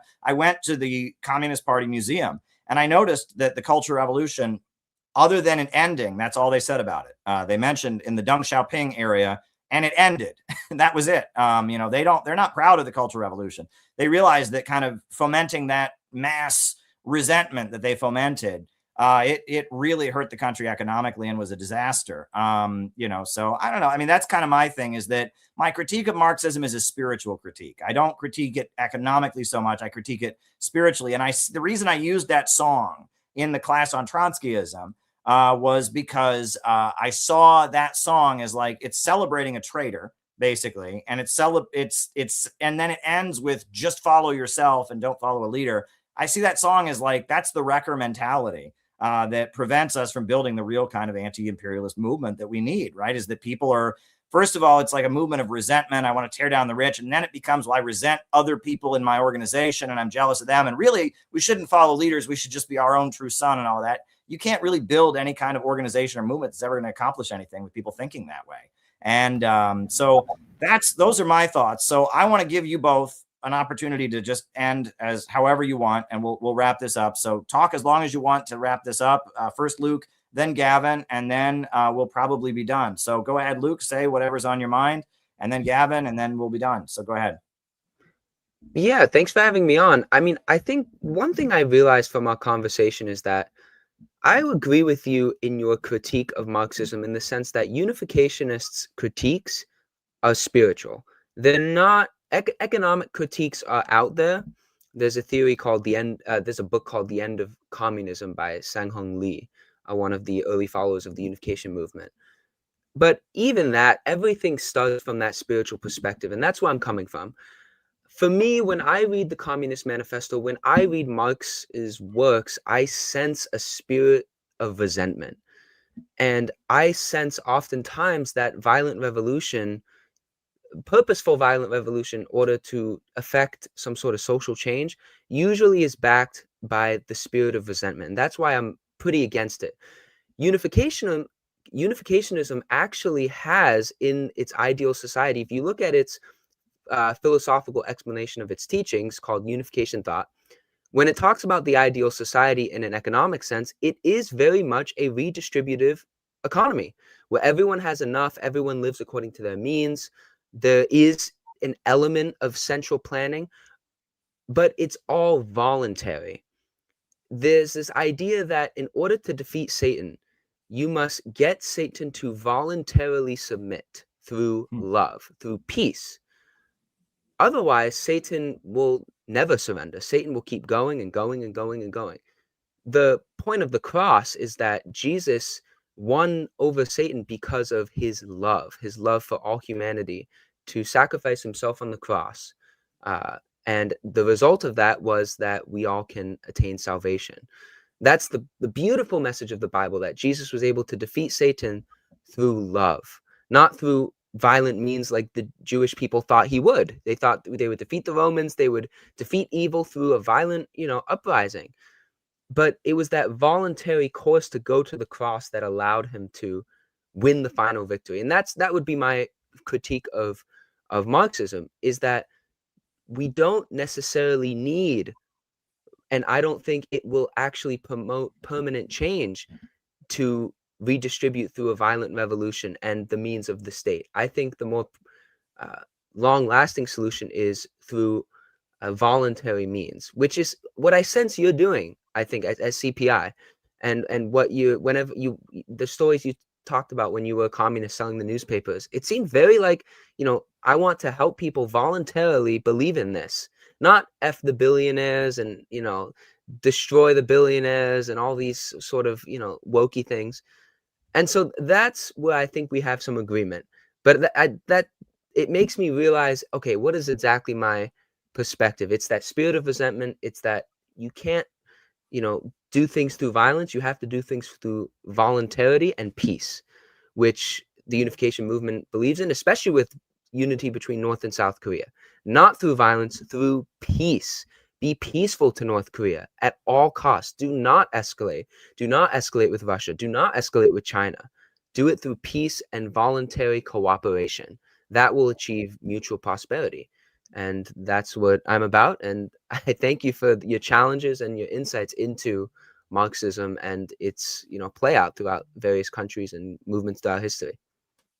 Great. Well, thank you, Luke. And we really appreciate having you on here. And this has been a great discussion. So now I have to let Gavin give his conclusion. Go ahead, Gavin. Yes. Well, going with kind of what you're saying, Luke, I think that both the most extreme free market people and the Bernie Sanders type people, they may think that they are building a better world, but what they end up doing is fighting over scraps, And then I guess, another category of people is the people who support the war against Iran. I mean, those people are fighting over scraps, thinking that, there's only a certain amount of oil in the world and that we can profit from, and therefore we have to bomb Iran to smash the competition. That's a hateful scarcity mindset that's built on resentment and jealousness and defeatism. But I don't want to fight over scraps. I want people to have so many opportunities that everyone should be able to have, not to be, bathing in gold-plated pools, but that everyone should have the freedom and the security and the options in life that a billionaire has, so that people are not killing each other. Because, World War II was mentioned. I mean, this idea that there's some group of people that has it good is really an exaggeration. I mean, most people are hurting right now, and you look at the world economy. And there's a lot I guess we could say here, but I will just kind of wrap it up by saying that I know that right now Caleb is representing an innovationist perspective, Luke is representing a unificationist perspective, and I'm representing a Baptist perspective, or you could say a fundamentalist perspective. But I guess to try to incorporate all three of them, I'll say that fundamentally, if you want to innovate or you want to be unified, you have to be alive.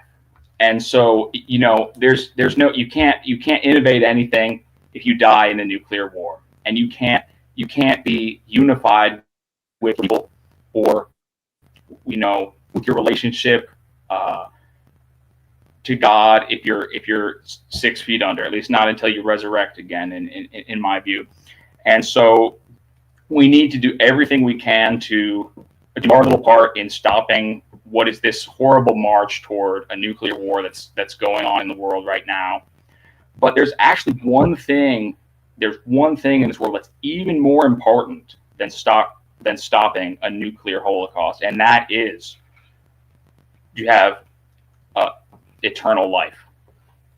And I will say that Jesus said, he who believes in me has everlasting life. And he went on to say, I am the way, the truth, and the life. No one comes to the Father except through me. And there's so many verses that could be, and some of the people watching this stream may already believe that Jesus lived a sinless life and that he died and rose again. But you know what? Just believing that Jesus is sinless and rose again won't give you assurance of eternal life. And millions of people believe those things, and yet they lack assurance. Unfortunately, because it's sadly possible to believe that Jesus died and rose again, yet not believe in his promise to freely give life to all who believe in him. And you know what? Let's go to the Bible one last time. Jesus said to her, I am the resurrection and the life. He who believes in me, though he may die, he shall live. And whoever lives and believes in me shall never die. Do you believe this? She said to him, Yes, Lord. I believe that you are the Christ, the Son of God, who is to come into the world. And, you know, Paul said, by grace are you saved through faith, and that not of works. It is the gift of God. Grace, and that not of yourselves. It is the gift of God, not of works, lest anyone should boast. And I will say that the words faith and believe have become over spiritualized in our vernacular. But if you look up the original meanings, they are just when you think something is true mentally. That's what Jesus demanded of people to have if they want to have eternal life. They need to believe in him mentally, that he's the one who gives it, or is authorized to give it by the Father. That he's the Son of God. And so that's my appeal to everybody in the audience. You can be Christian and anti-imperialist. You can be anti-imperialist and Christian, and there's really no contradiction there. The contradiction is the rejection of eternal life. That's my opinion. Thank you both so much. All right, great. Well, thank you both. Thank you, Luke, and thank you, Gavin. And yeah, wow, I'm sure both of you will be back soon, because that was a lively discussion, very wide ranging. So thank you. And thank you. Thank you both. And it was great to meet you, Gavin. You too, Luke. You both have a good night. Stay safe out there. All right. Great.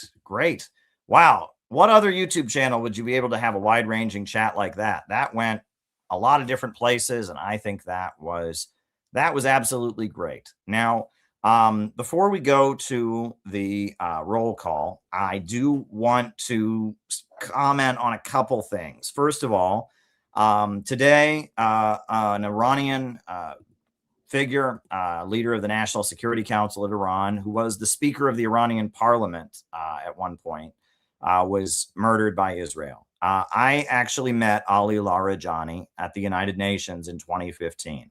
There he is. This is at the United Nations. And there I am sitting on the chair, and there is Ali Larijani. Today he was killed by Israel. I'm in shock by this. The Supreme Leader Khamenei was murdered. A number of prominent Iranian officials have been killed, and now Ali Larijani has been killed.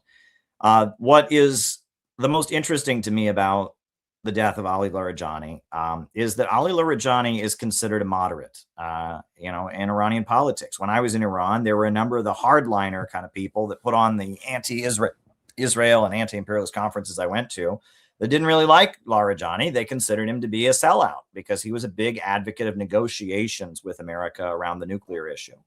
And many people thought he may be president of Iran because he was from the reformist camp, etc. And he was ruthlessly murdered. And I've been in his presence as well. I mean, with the Supreme Leader of Iran, Khamenei, I was about 200 feet away. With this guy, I was in a room with him and less than 10 other people. There I am with Ali Larijani in 2015. And, it appears to me more and more that what the United States and Israel are trying to do, what Israel is trying to do, using the United States to carry it out, because it seems like the more strategic wings of our government don't even know, what's going on. It appears to me they're trying to create as much resentment and rage on the part of the Iranian people as possible by just killing the most beloved figures in the country, and on top of that, they're just trying to create as much chaos in the region as they possibly can. And they want, a regional war and massive instability, and they're removing people that were sources of stability. And, Larijani is not a hardliner. I mean, he was one of the main advocates for negotiations with the United States, and he was ruthlessly murdered. And, a couple things come to mind about that. But I mean, this is one thing that comes to mind every time. And I tweeted out the picture of myself with Larijani, and it's been retweeted like 3,000 times. And so I'm getting all the Iran hating bots are coming at me. They're all coming at me now, and whatever. I'll live. I'm on all those lists already. It's not like anyone, I mean, I met him. It's been tweeted 4,000 times. I'm getting them all saying to me, they're all saying, well, Ali Larijani is a mass murderer, they're saying. And so it's good that he's dead. Well, how is he a mass murderer? And then they accuse him of personally being responsible for various things that the American government accuses Iran of doing, suppressing protesters, violating human rights, of funding, Hezbollah in Lebanon, which they accuse of being a terrorist group because it's opposing Israel. And it's like, if that logic were to be applied to American officials, right? Every member of Congress, every member of the federal government, would be held responsible for the U.S. invasion of Iraq, or the U.S. invasion of Afghanistan, or, the U.S. bombing of Libya. I mean, if you're going to play that game where any official in the government is considered a mass murderer because of what you accuse that government of doing, if that were to be applied to U.S. officials, just think about the implications there. I mean, it's just, you can't do that, right? Ali Larijani was one member of the Iranian government. He was the Speaker of the Iranian Parliament. When I met him, he was on the Iranian National Security Council. And Iran is a country that's fighting for its life with, they had, various people trying to violently overthrow them. They suppressed the protests. Iran is aligned with Lebanon's Hezbollah fighting against Israel.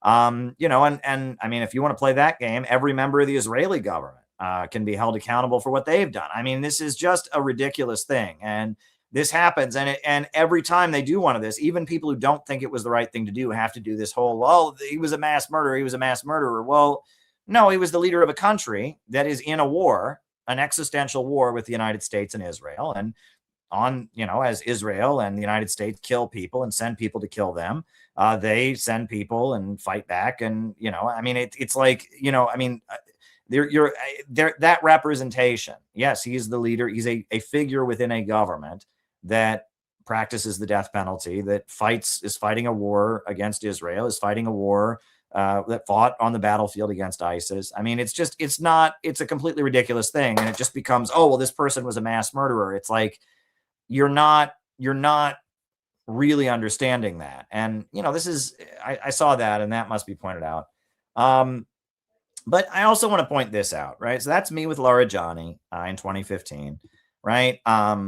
Here I am with Ibrahim Rayazi, and many people believe Rayazi's death was also, an Israeli operation. The helicopter crashed, but it was a helicopter with all the members of his cabinet on it. And, I mean, I went to Iran in 2014 and then again in 2015. In 2015, I risked my life on a humanitarian mission trying to deliver medical aid to Yemen on behalf of the Red Crescent Society of Iran.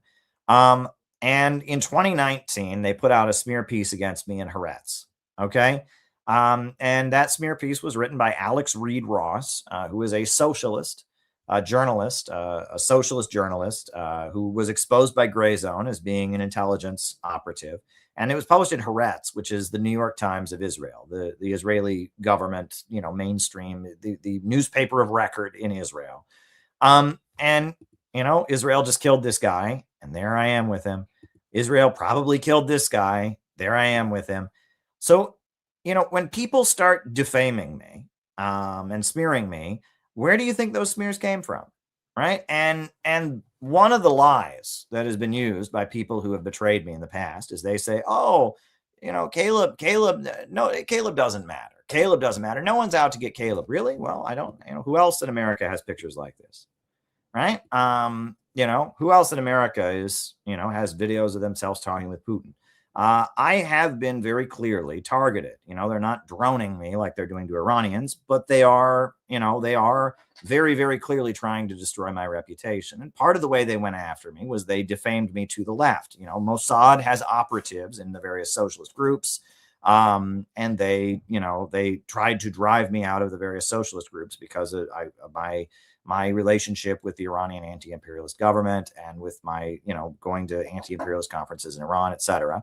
And they've also defamed my reputation. And then they have even propped up individuals who sound like me, but defame me. And one of those individuals, the Israeli government has gone out of its way to tweet April Fool's jokes about him, to just retweet him as their chosen opponent, basically say, debate me, bro. I'm not going to say the name, but you all know who I'm talking about.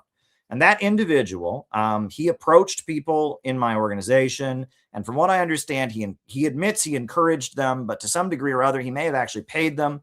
But he encouraged people to defame me. And that individual, he has since worked very, very, very hard to defame me. And the Israeli government promotes him and tweeted out an April Fool's joke about him, and has made him their chosen opponent. And he basically is somebody who saw what I was doing and what I was preaching, and was created as an artificial version of me to basically keep people away, right? He's basically a doppelganger, basically. And he has repeated the same smears that are coming from Israel against me, right? And I have been a target of Israel. So I just, I mean, this sounds crazy and paranoid, and it's whatever. And it doesn't really matter at the end of the day, because I'm just going to keep doing what I'm doing. But you should all know that if you are promoting people that defame me in certain ways and lie about me in certain ways, you're helping Israel. That's what you're doing. And if you promote people that defame me in certain ways, those people have been handpicked by Israel. When the Israeli government tweets an April Fool's joke about somebody on their official accounts, that's not an accident. When the Israeli government, of all the people criticizing Israel, the official Israeli government account highlights one person as their opponent, you know what's going on, right? And the person who has targeted me and, tried to get me fired from my job and just, went after me on ways that don't even make any goddamn sense, that person is an Israeli plant. And that's very obvious. And there's a reason, this guy in this picture, he's dead now, killed by Israel. This guy in this picture with me, he's dead, killed by Israel, right? Israel is out to get yours truly, right? And, I have no hatred for Jewish people. There's plenty of Jewish people I work with. I have no hatred for Jewish people, but I am opposing what Israel is doing. And I have gone to Iran a number of times, and I do stand with the Palestinians. And we did write a book about the Houthis, about the Houthi movement, explaining who they are and what they stand for, that we distributed in bulk. And, if you think that you're anti-Israel and you think that you're anti-imperialist and you're defaming me, you are helping Israel, because the anti-Caleb movement is a Zionist movement. It comes from Tel Aviv. And there's just no way around that. And, you can think otherwise and you can pretend, but it comes from Tel Aviv. And that's just a fact. And there's really no way around it. So I just had to, say that. And I appreciate you thinking I'm an awesome dude. And I am, right? And, everyone who's met me, everyone who actually interacts with me says I'm not the caricature that's been painted of me. I'm not a white supremacist. I'm not a neo-Nazi. I'm not, I could start listing all the awful things they say about me. But everyone who meets me says, you know what? Caleb is a guy who believes in anti-imperialism. And that's all I've ever been. And there's a lot of frauds and a lot of phonies out there who don't really believe in anti-imperialism and aren't willing to take the risks that I've taken to promote peace, not just with Iran, but with Russia, with China, with Venezuela, with Cuba, with all kinds of anti-imperialist states, with North Korea. I am somebody who strongly believes that this Western imperialist system is holding back human history, and I stand with the people of the world in their resistance to it. And I understand that having that viewpoint sincerely is going to get you persecution. And that's just how these things work. And that's a reality that I've come to accept. But I am trying with my strength, with my ability to build a movement that will really get to the masses of the American people, to lay the foundations for having a government of action that will fight for working families, for connecting us with the rising new economy in the East, because that's the only future America is going to have. And if you want to be part of that movement, be my guest, become a member. And if you don't, that's fine. But if you are engaged in the kind of harassment that I've been subjected to, and if you're repeating certain defamations that have been leveled against me, you are doing Israel's work, right? And you are doing Israel's work. And you can say you hate Israel all day long, but if you repeat certain things about me, you are doing Israeli intelligence work.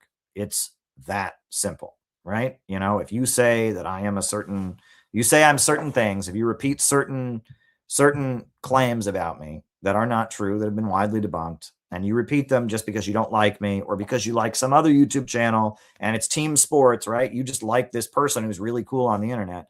I'll let you know, folks, not everybody who's cool on the internet is a good person. There are a lot of people that are really cool on the internet that are bad people. And the person that I was referring to there is one of those people.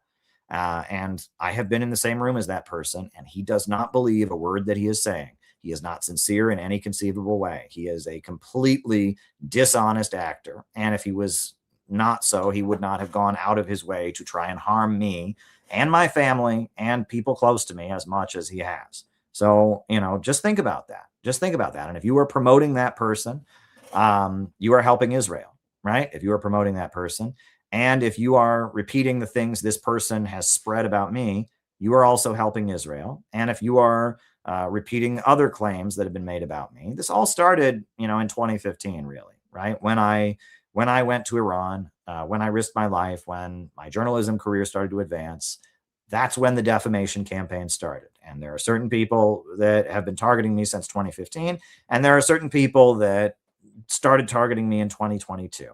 And if you're repeating either of those people's claims, you are working for Israel. So think about that. Do you want to work for Israel, right? Just because you don't like me, just because somebody else is cool on the internet, just because, you know, think about it, right? That's all I can say. But anyway, I want to get my mind out of the gutter because we talk about that kind of stuff way, way too often. And it's not helpful to focus on the negative. At the end of the day, we are building a movement. And I have been out in the streets of America organizing, and we're doing the best that we can. I did want to say that, you know, there was a very important demonstration in New York City supporting Iran, hands off Iran. So I'm going to put that. I'm going to put that on the video. I did like a short report on it that was shown on RT. But then, you know, I have the longer video. So I just cut together a much longer video of the Iran solidarity demonstration that took place in New York City. And if I can actually find that video, I'll show it. It was actually, it was a great gathering that they had, the Day of Al-Quds. And I edited together all the video from the event. I'm going to put that on. I'm going to put on a couple other pieces, and then we'll do the roll call. So yeah, do I have the, all right, let me just, I'll get you the video. But yeah, I edited the Day of Al-Quds demonstration, and, you know, there was that exchange between the pro-Israel Jew and the anti-Israel Jew that was very powerful. It's been shared all over the internet. That was very powerful. Yeah, but let me show you, I'm just going to give you the Day of Al-Quds demonstration. It's about an 11-minute video of the rally to support Iran that happened in New York City. I interviewed people, you know, at that rally. So I'll include that. We might talk about a couple other things, and then from there we'll do our roll call and I'll answer people's questions. So while this video is playing, if you have a question you'd like me to answer in the second half of the show, you can send it to you can send it here. You know, you can do a Rumble rant, you can cash at me at Caleb Maupin 22, or you can go to buymeacoffee.com/Caleb Maupin. That is a very, very good way to, you know, support this channel, also get me talking. So anyway, here is the video, you know, from the Al-Quds Day demonstration in New York City.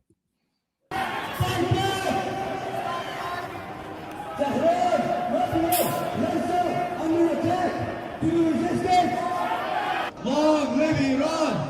Long live Iran! Long live Iran!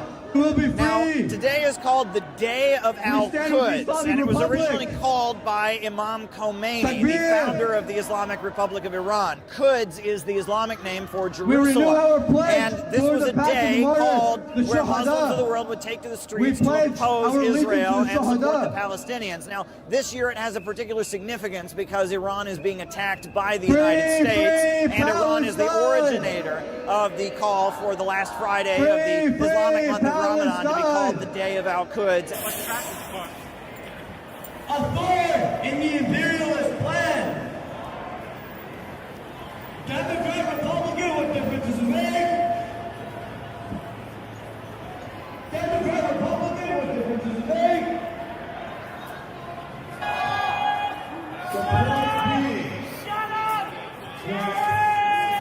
What brings you out here today? Oppose the Israeli genocide and U.S. war against Iran, which is fundamentally illegal, and it's quite criminal, and it's creating an economic crisis in this country that's unjust, and we need to change that right now. We have to demonstrate and protest, and we need to oppose any more interventions and possibilities of a draft and no military interventions. It's destructive for Iran, it's destructive for America, it's destructive for the whole region. It's a waste of our tax money. It's harming our people. Why do you think Trump is attacking Iran?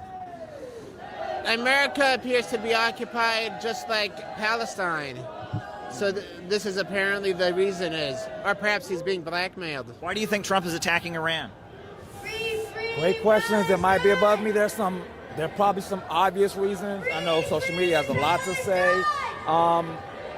I know there are various reasons. I'm sure none of them are great reasons. Violence is a terrible thing, and we don't need it. So that would be my answer. Is Trump attacking Iran? Obviously, it's for the interest of Israel, number one, and its Greater Israel Project. And also, they want to control the oil resources, which I think is a major factor in driving this policy, which doesn't make any sense because they end up having no oil whatsoever. Because these wars are leading America down the tubes. America cannot go on forever. Every empire has fallen. And what you're seeing is the beginning. And the empire cannot hold with these wars. They're going to get more hate.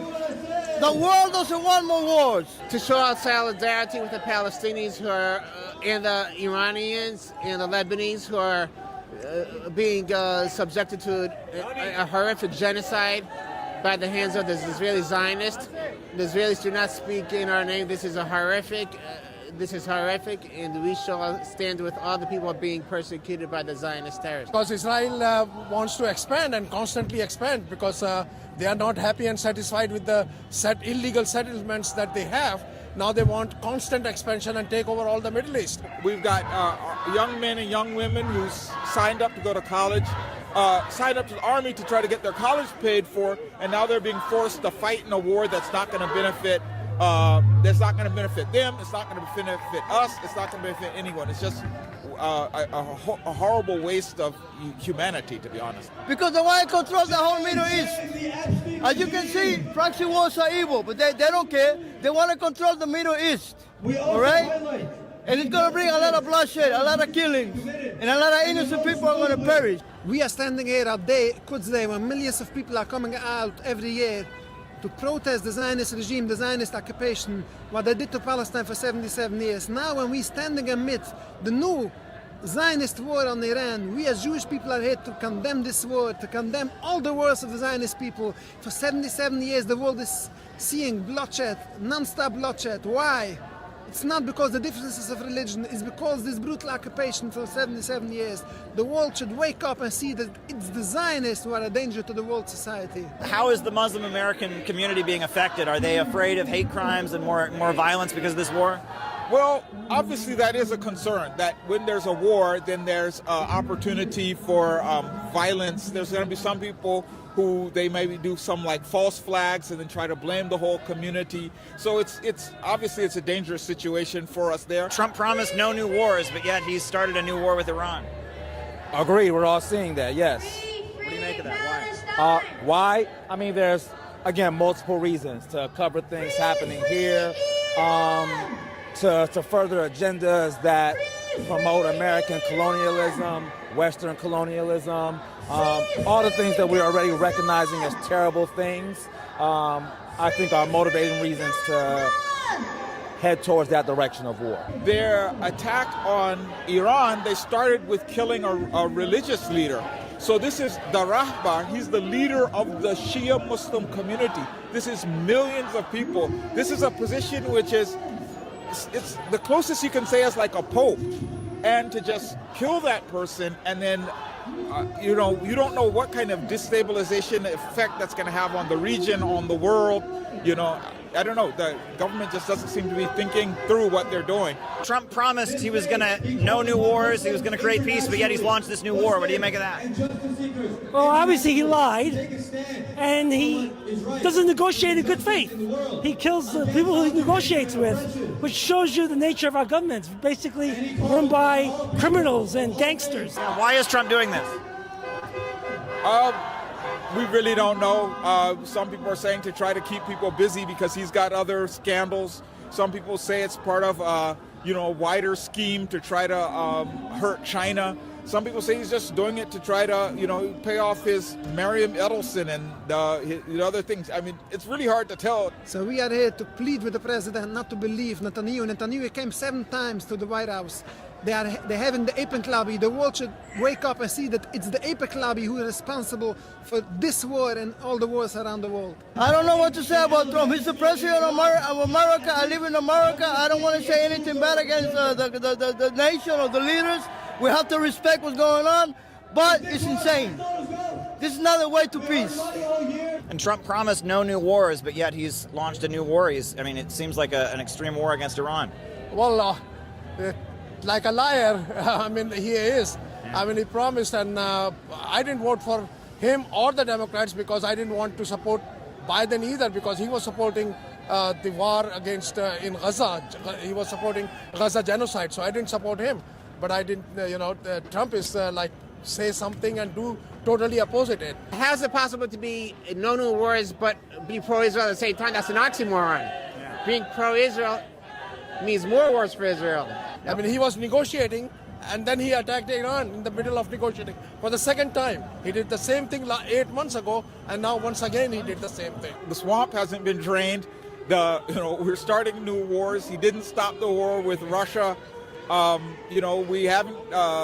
Prices haven't gone down. Taxes have gone up because tariffs are basically a tax. So it's been bad all around for us here at home. Now, a small number of pro-Israeli demonstrators have also gathered, accusing those here gathered to support Iran of being terrorists. As you can see, there's been kind of a back and forth between the two crowds.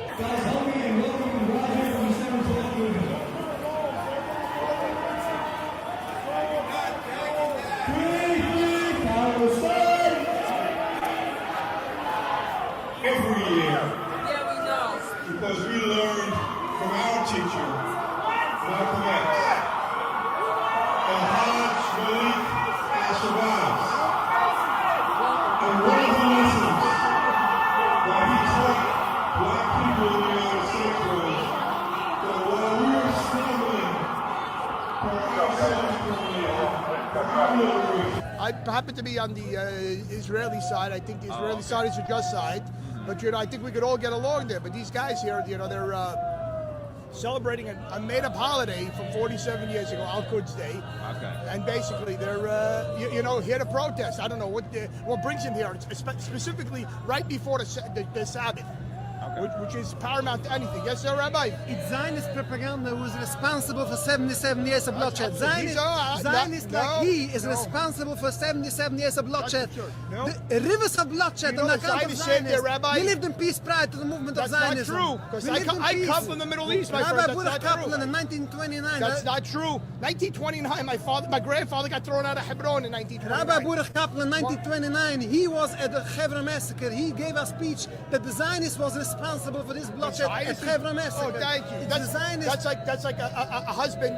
That's like when Ike Turner used to beat up Tina Turner and says it's hurting me more than it hurt her.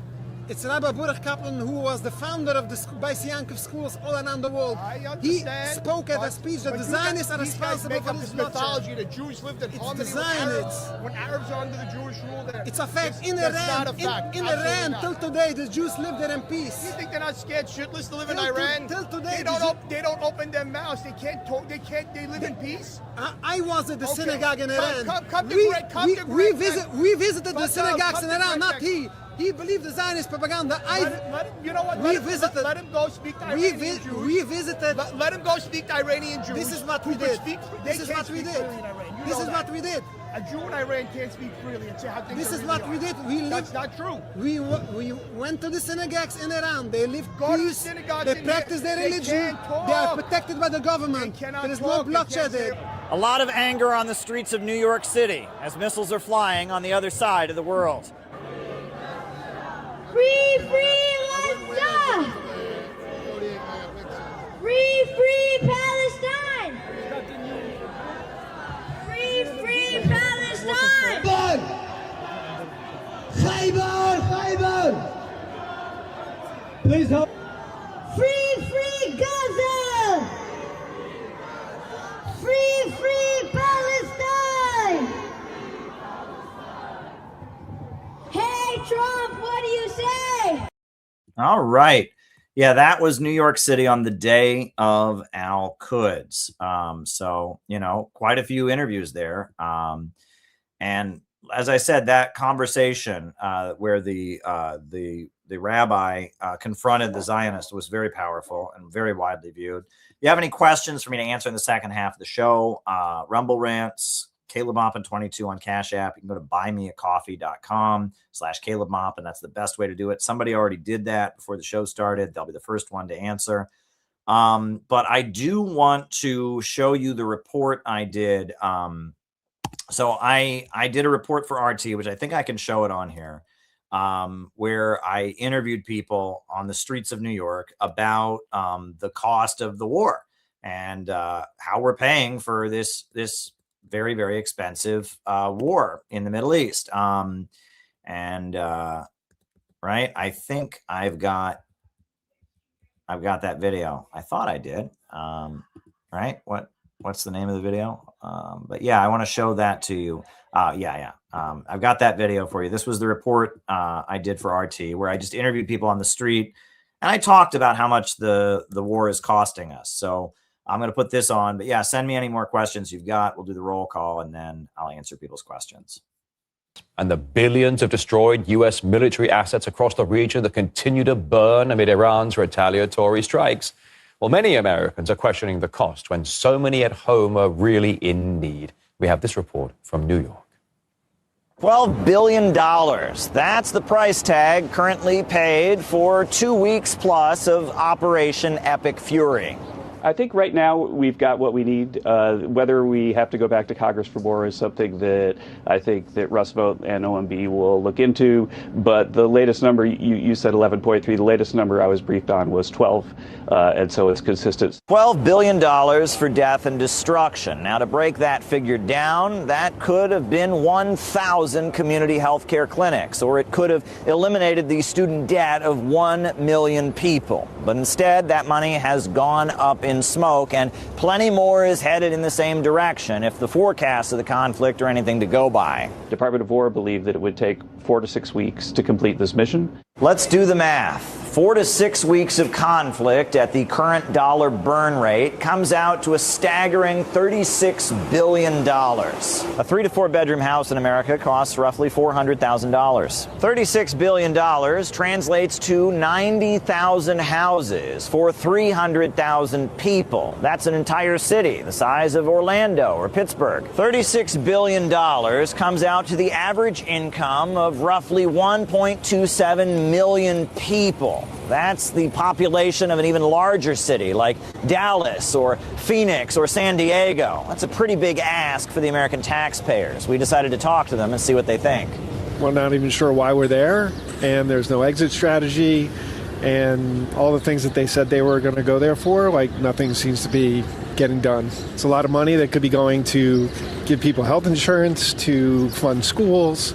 There's 1,000 other things that money could be used more usefully for. Nothing to do with me for sure. We need the money right here. Look at me, I'm suffering. I'm working check to check to check. And he talking about day one, still waiting for day one. Where is day one? You know, Donald Trump talk about day one. Yeah. I'm still waiting for day one. It's a mess. The Strait of Hormuz is all blocked up. The oil supply and the global supply chain are completely messed up. And lots of people are going to die, have died, and will die. For what? Well, it has to do with Israel and Iran. So it has a marginal effect on us in that we are protectors of Israel, but it wasn't a direct threat. Certainly nothing to go to war over. There are so many things that need to be done in this country, and the idea that we started a war of choice and are spending this money on it is just insanity. I am sick about it as I do my taxes. The war in Iraq ended up costing the American taxpayers an astonishing $3 trillion. Many are hoping that the war on Iran doesn't go the same way.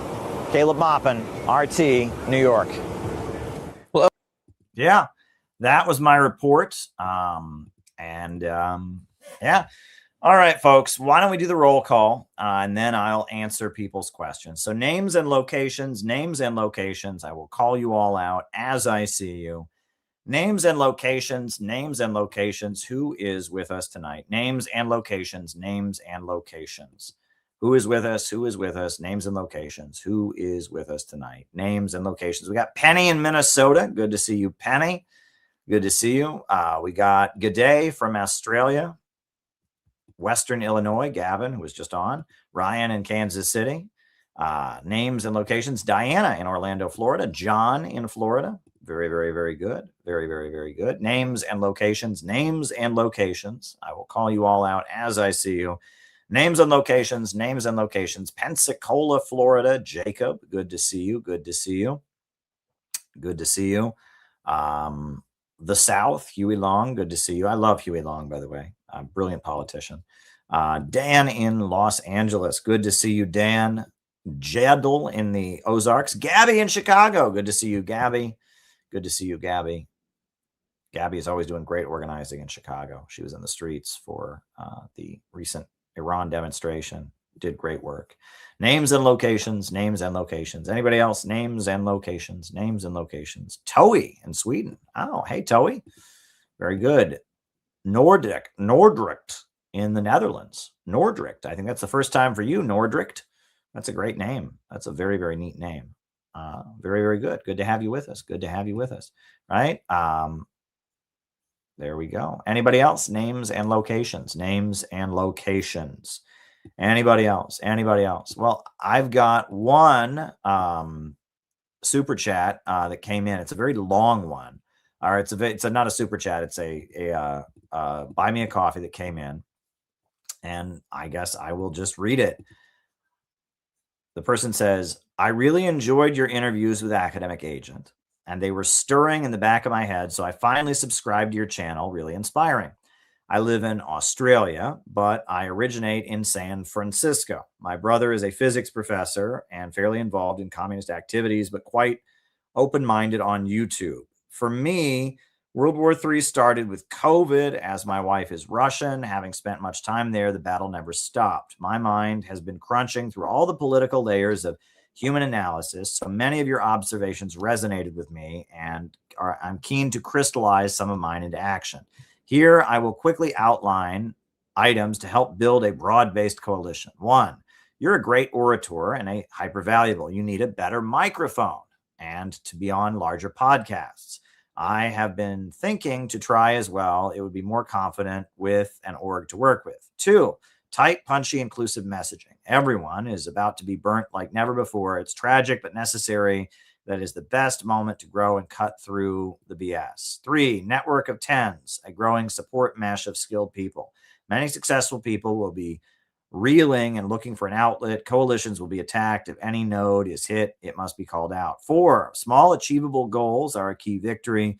Nonviolent resistance, stop paying the predators to revert to decentralized republic, a mosaic of defense and resistance. 5, secure information space and counter tech. AI is also our tool, must be utilized. All data blue and uploaded like a virus. Well, hey, I think all of that sounds great. And in terms of a microphone, I do need a physically better microphone.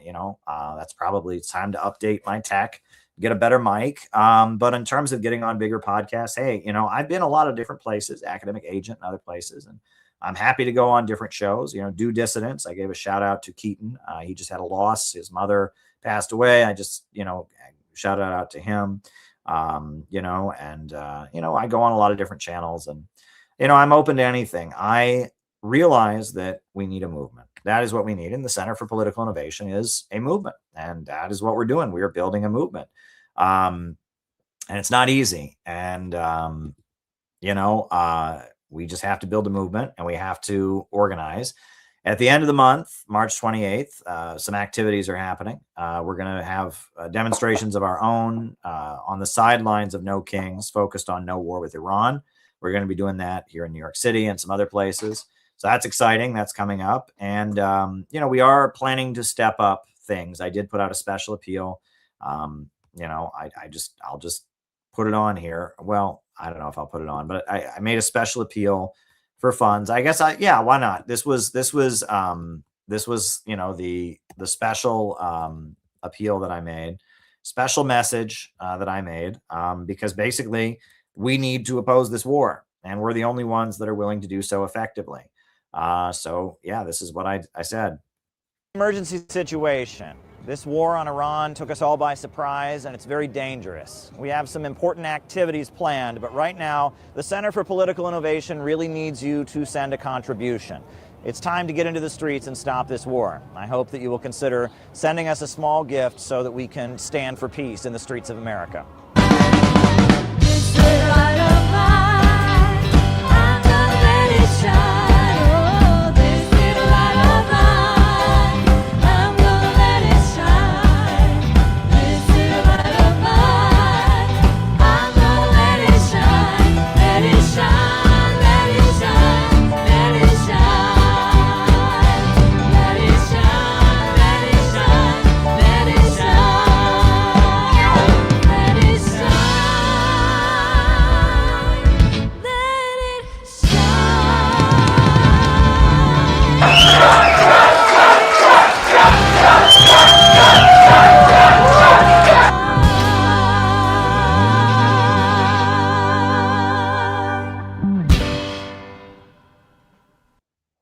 So we could really use some contributions now. If we're going to pull off the increase in anti-war activity we're trying to pull off, we're going to need funds. So you can send us a contribution. That would make us easier. You can just go to that link. It'll take you to a Stripe. You can send us however much money you want. If you can send us a contribution, that would be appreciated. And we've got some exciting activities going on for the end of the month. I don't want to say too much exactly about it, but some exciting stuff is being planned. On that note, we do have another question from Ryan Clark, and he said, can you comment on Tulsi's statement on the war? So Tulsi Gabbard finally did make one statement. She hasn't said anything. She hasn't been speaking up online, supporting Trump's attack on Iran. She made this statement, and she made it after the resignation of Joe Kent, right? So Joe Kent is the U.S. Director of Counterterrorism. He stepped down. Today. And so then finally, Tulsi made a statement. This is what she said.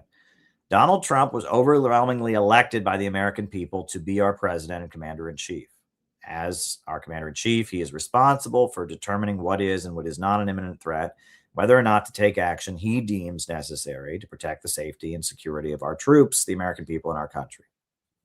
The office of the Director of National Intelligence is responsible for helping coordinate and integrate all intelligence to provide the president and commander-in-chief with the best information available to inform his decisions.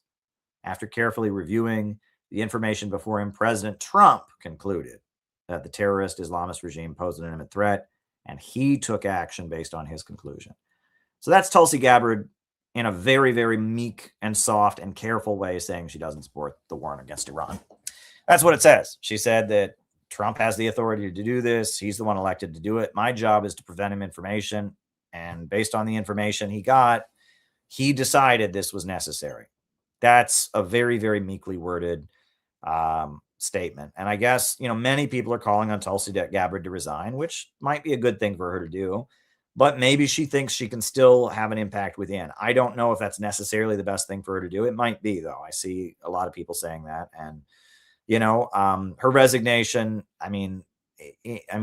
it might be an important statement, and if she's not capable of stopping this, what is she capable of doing, within the administration still? But maybe she is capable of doing something within the administration. I don't know.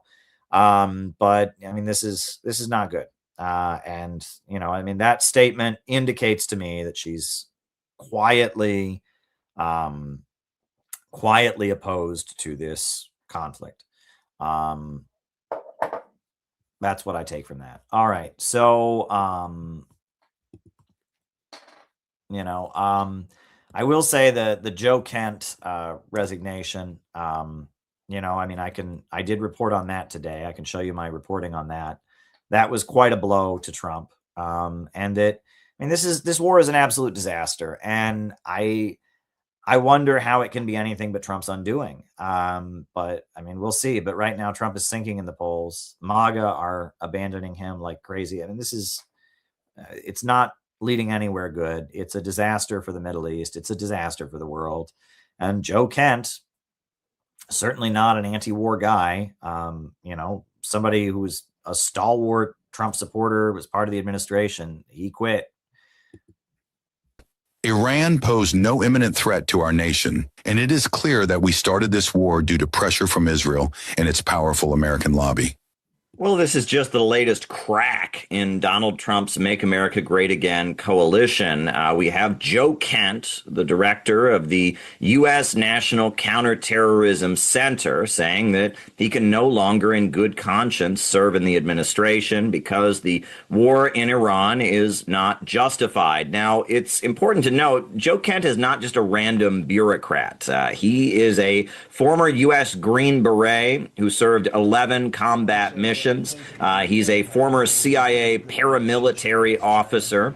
His wife, Shannon, was actually killed in 2019 by an ISIS bombing that took place in Syria. And he was appointed by Donald Trump himself. And he has stepped down and said that this is not a justified military action by the Trump administration. The attacks on Iran are not in the interest of the United States. And he blames the Israel lobby in America for this operation. He said that they're engaged in a campaign of disinformation designed to convince Donald Trump to engage in this unnecessary attack. And he said in his resignation statement that this followed the similar pattern to what was done to convince the United States it was necessary to invade Iraq. Now, we have Tucker Carlson, who was a former Fox News TV personality, a very widely loved host and conservative voice who campaigned for Donald Trump on the campaign trail, was speaking at Trump's rallies. Tucker Carlson came out and said not only is he opposed to this attack, but it appears the CIA is working to issue and construct a criminal complaint against him with the Department of Justice. He could actually face criminal charges for his anti-war interviews and work on social media. This is what Tucker Carlson said. So the other day I found out that the CIA is preparing some kind of criminal referral against me, a crime report to the Department of Justice on the basis of a supposed crime I committed. What's that crime? Well, talking to people in Iran before the war. They read my texts. So the crime under consideration apparently would be the Foreign Agent Act or something like that, acting as an agent of a foreign power. Now, the loudest voice to break with Trump came from the U.S. Congress. Marjorie Taylor Greene, who took office and was widely condemned by mainstream media as being the most MAGA candidate, identified with QAnon and other things, was considered one of Trump's biggest supporters in the House of Representatives, broke with Donald Trump over attacking Iran, over his support for Israel, and has become one of his harshest critics. Now, Marjorie Taylor Greene stepped down and is no longer serving in the House of Representatives after she clashed with Donald Trump. And she has been speaking out in loud opposition to the war against Iran. Here's Marjorie Taylor Greene speaking up on CNN. This is absolutely absurd, and it's 100% a betrayal to what MAGA was supposed to be when we voted in 2024, and it's turned into some perverted, deranged version of MAGA now that nobody wants. We love our military, and God bless the men and women serving, and we love their families, and we do not want to see flag-draped coffins coming home in a war that does nothing for our own homeland. Now, one objection to Donald Trump striking on Iran that's been raised by Marjorie Taylor Greene, as well as by Thomas Massie and other critics of Trump within the Republican camp, as well as Democrats, is the argument that launching this war on Iran was done unconstitutionally. Now, Donald Trump has made clear his position on that objection. We help other countries And when they don't help us, I mean, it's certainly something that we should think about. I don't need Congress for that decision. As you probably know, I can make that decision myself. Now, polls in America show overwhelming opposition to war against Iran, but it's not just ordinary voters. It seems that Trump's support is not only, fading among the American people, it's fading within the halls of power itself. This is quite dramatic. So Joe Kent's resignation has many people shocked, and it indicates how many figures within the government apparatus don't approve of this war on Iran. Yeah, so, Joe Kent is out. Tulsi Gabbard is basically announcing she's against it in very subtle words, very subtly announcing on Twitter that she's against it by basically making a statement that Trump did this, not me, and he has the authority to do it, and I just give him the information. Yeah,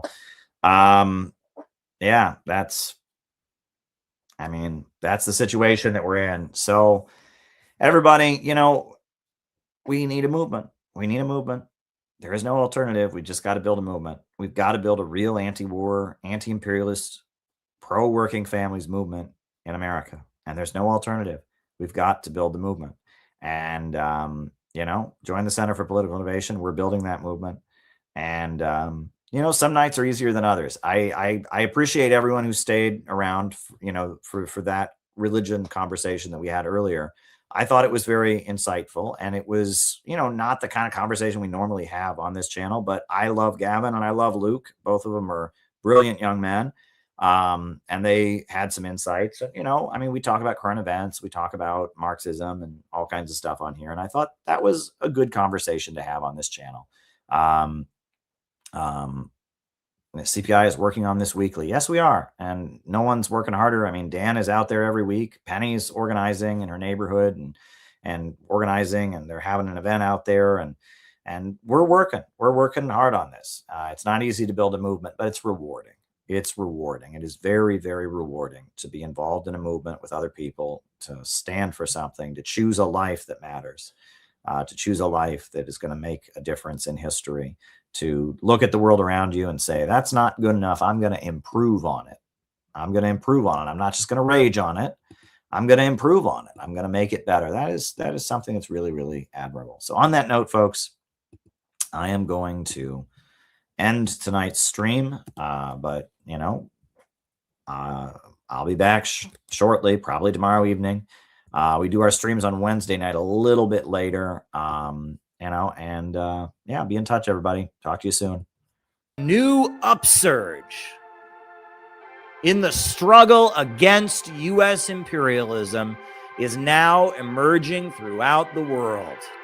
Ever since World War II, U.S. imperialism and its followers have been continuously launching wars of aggression. But the people of various countries have been continuously waging revolutionary wars to defeat their aggression. And while the danger of a new world war still exists, and the people of all countries must get prepared, revolution is the main trend in the world today.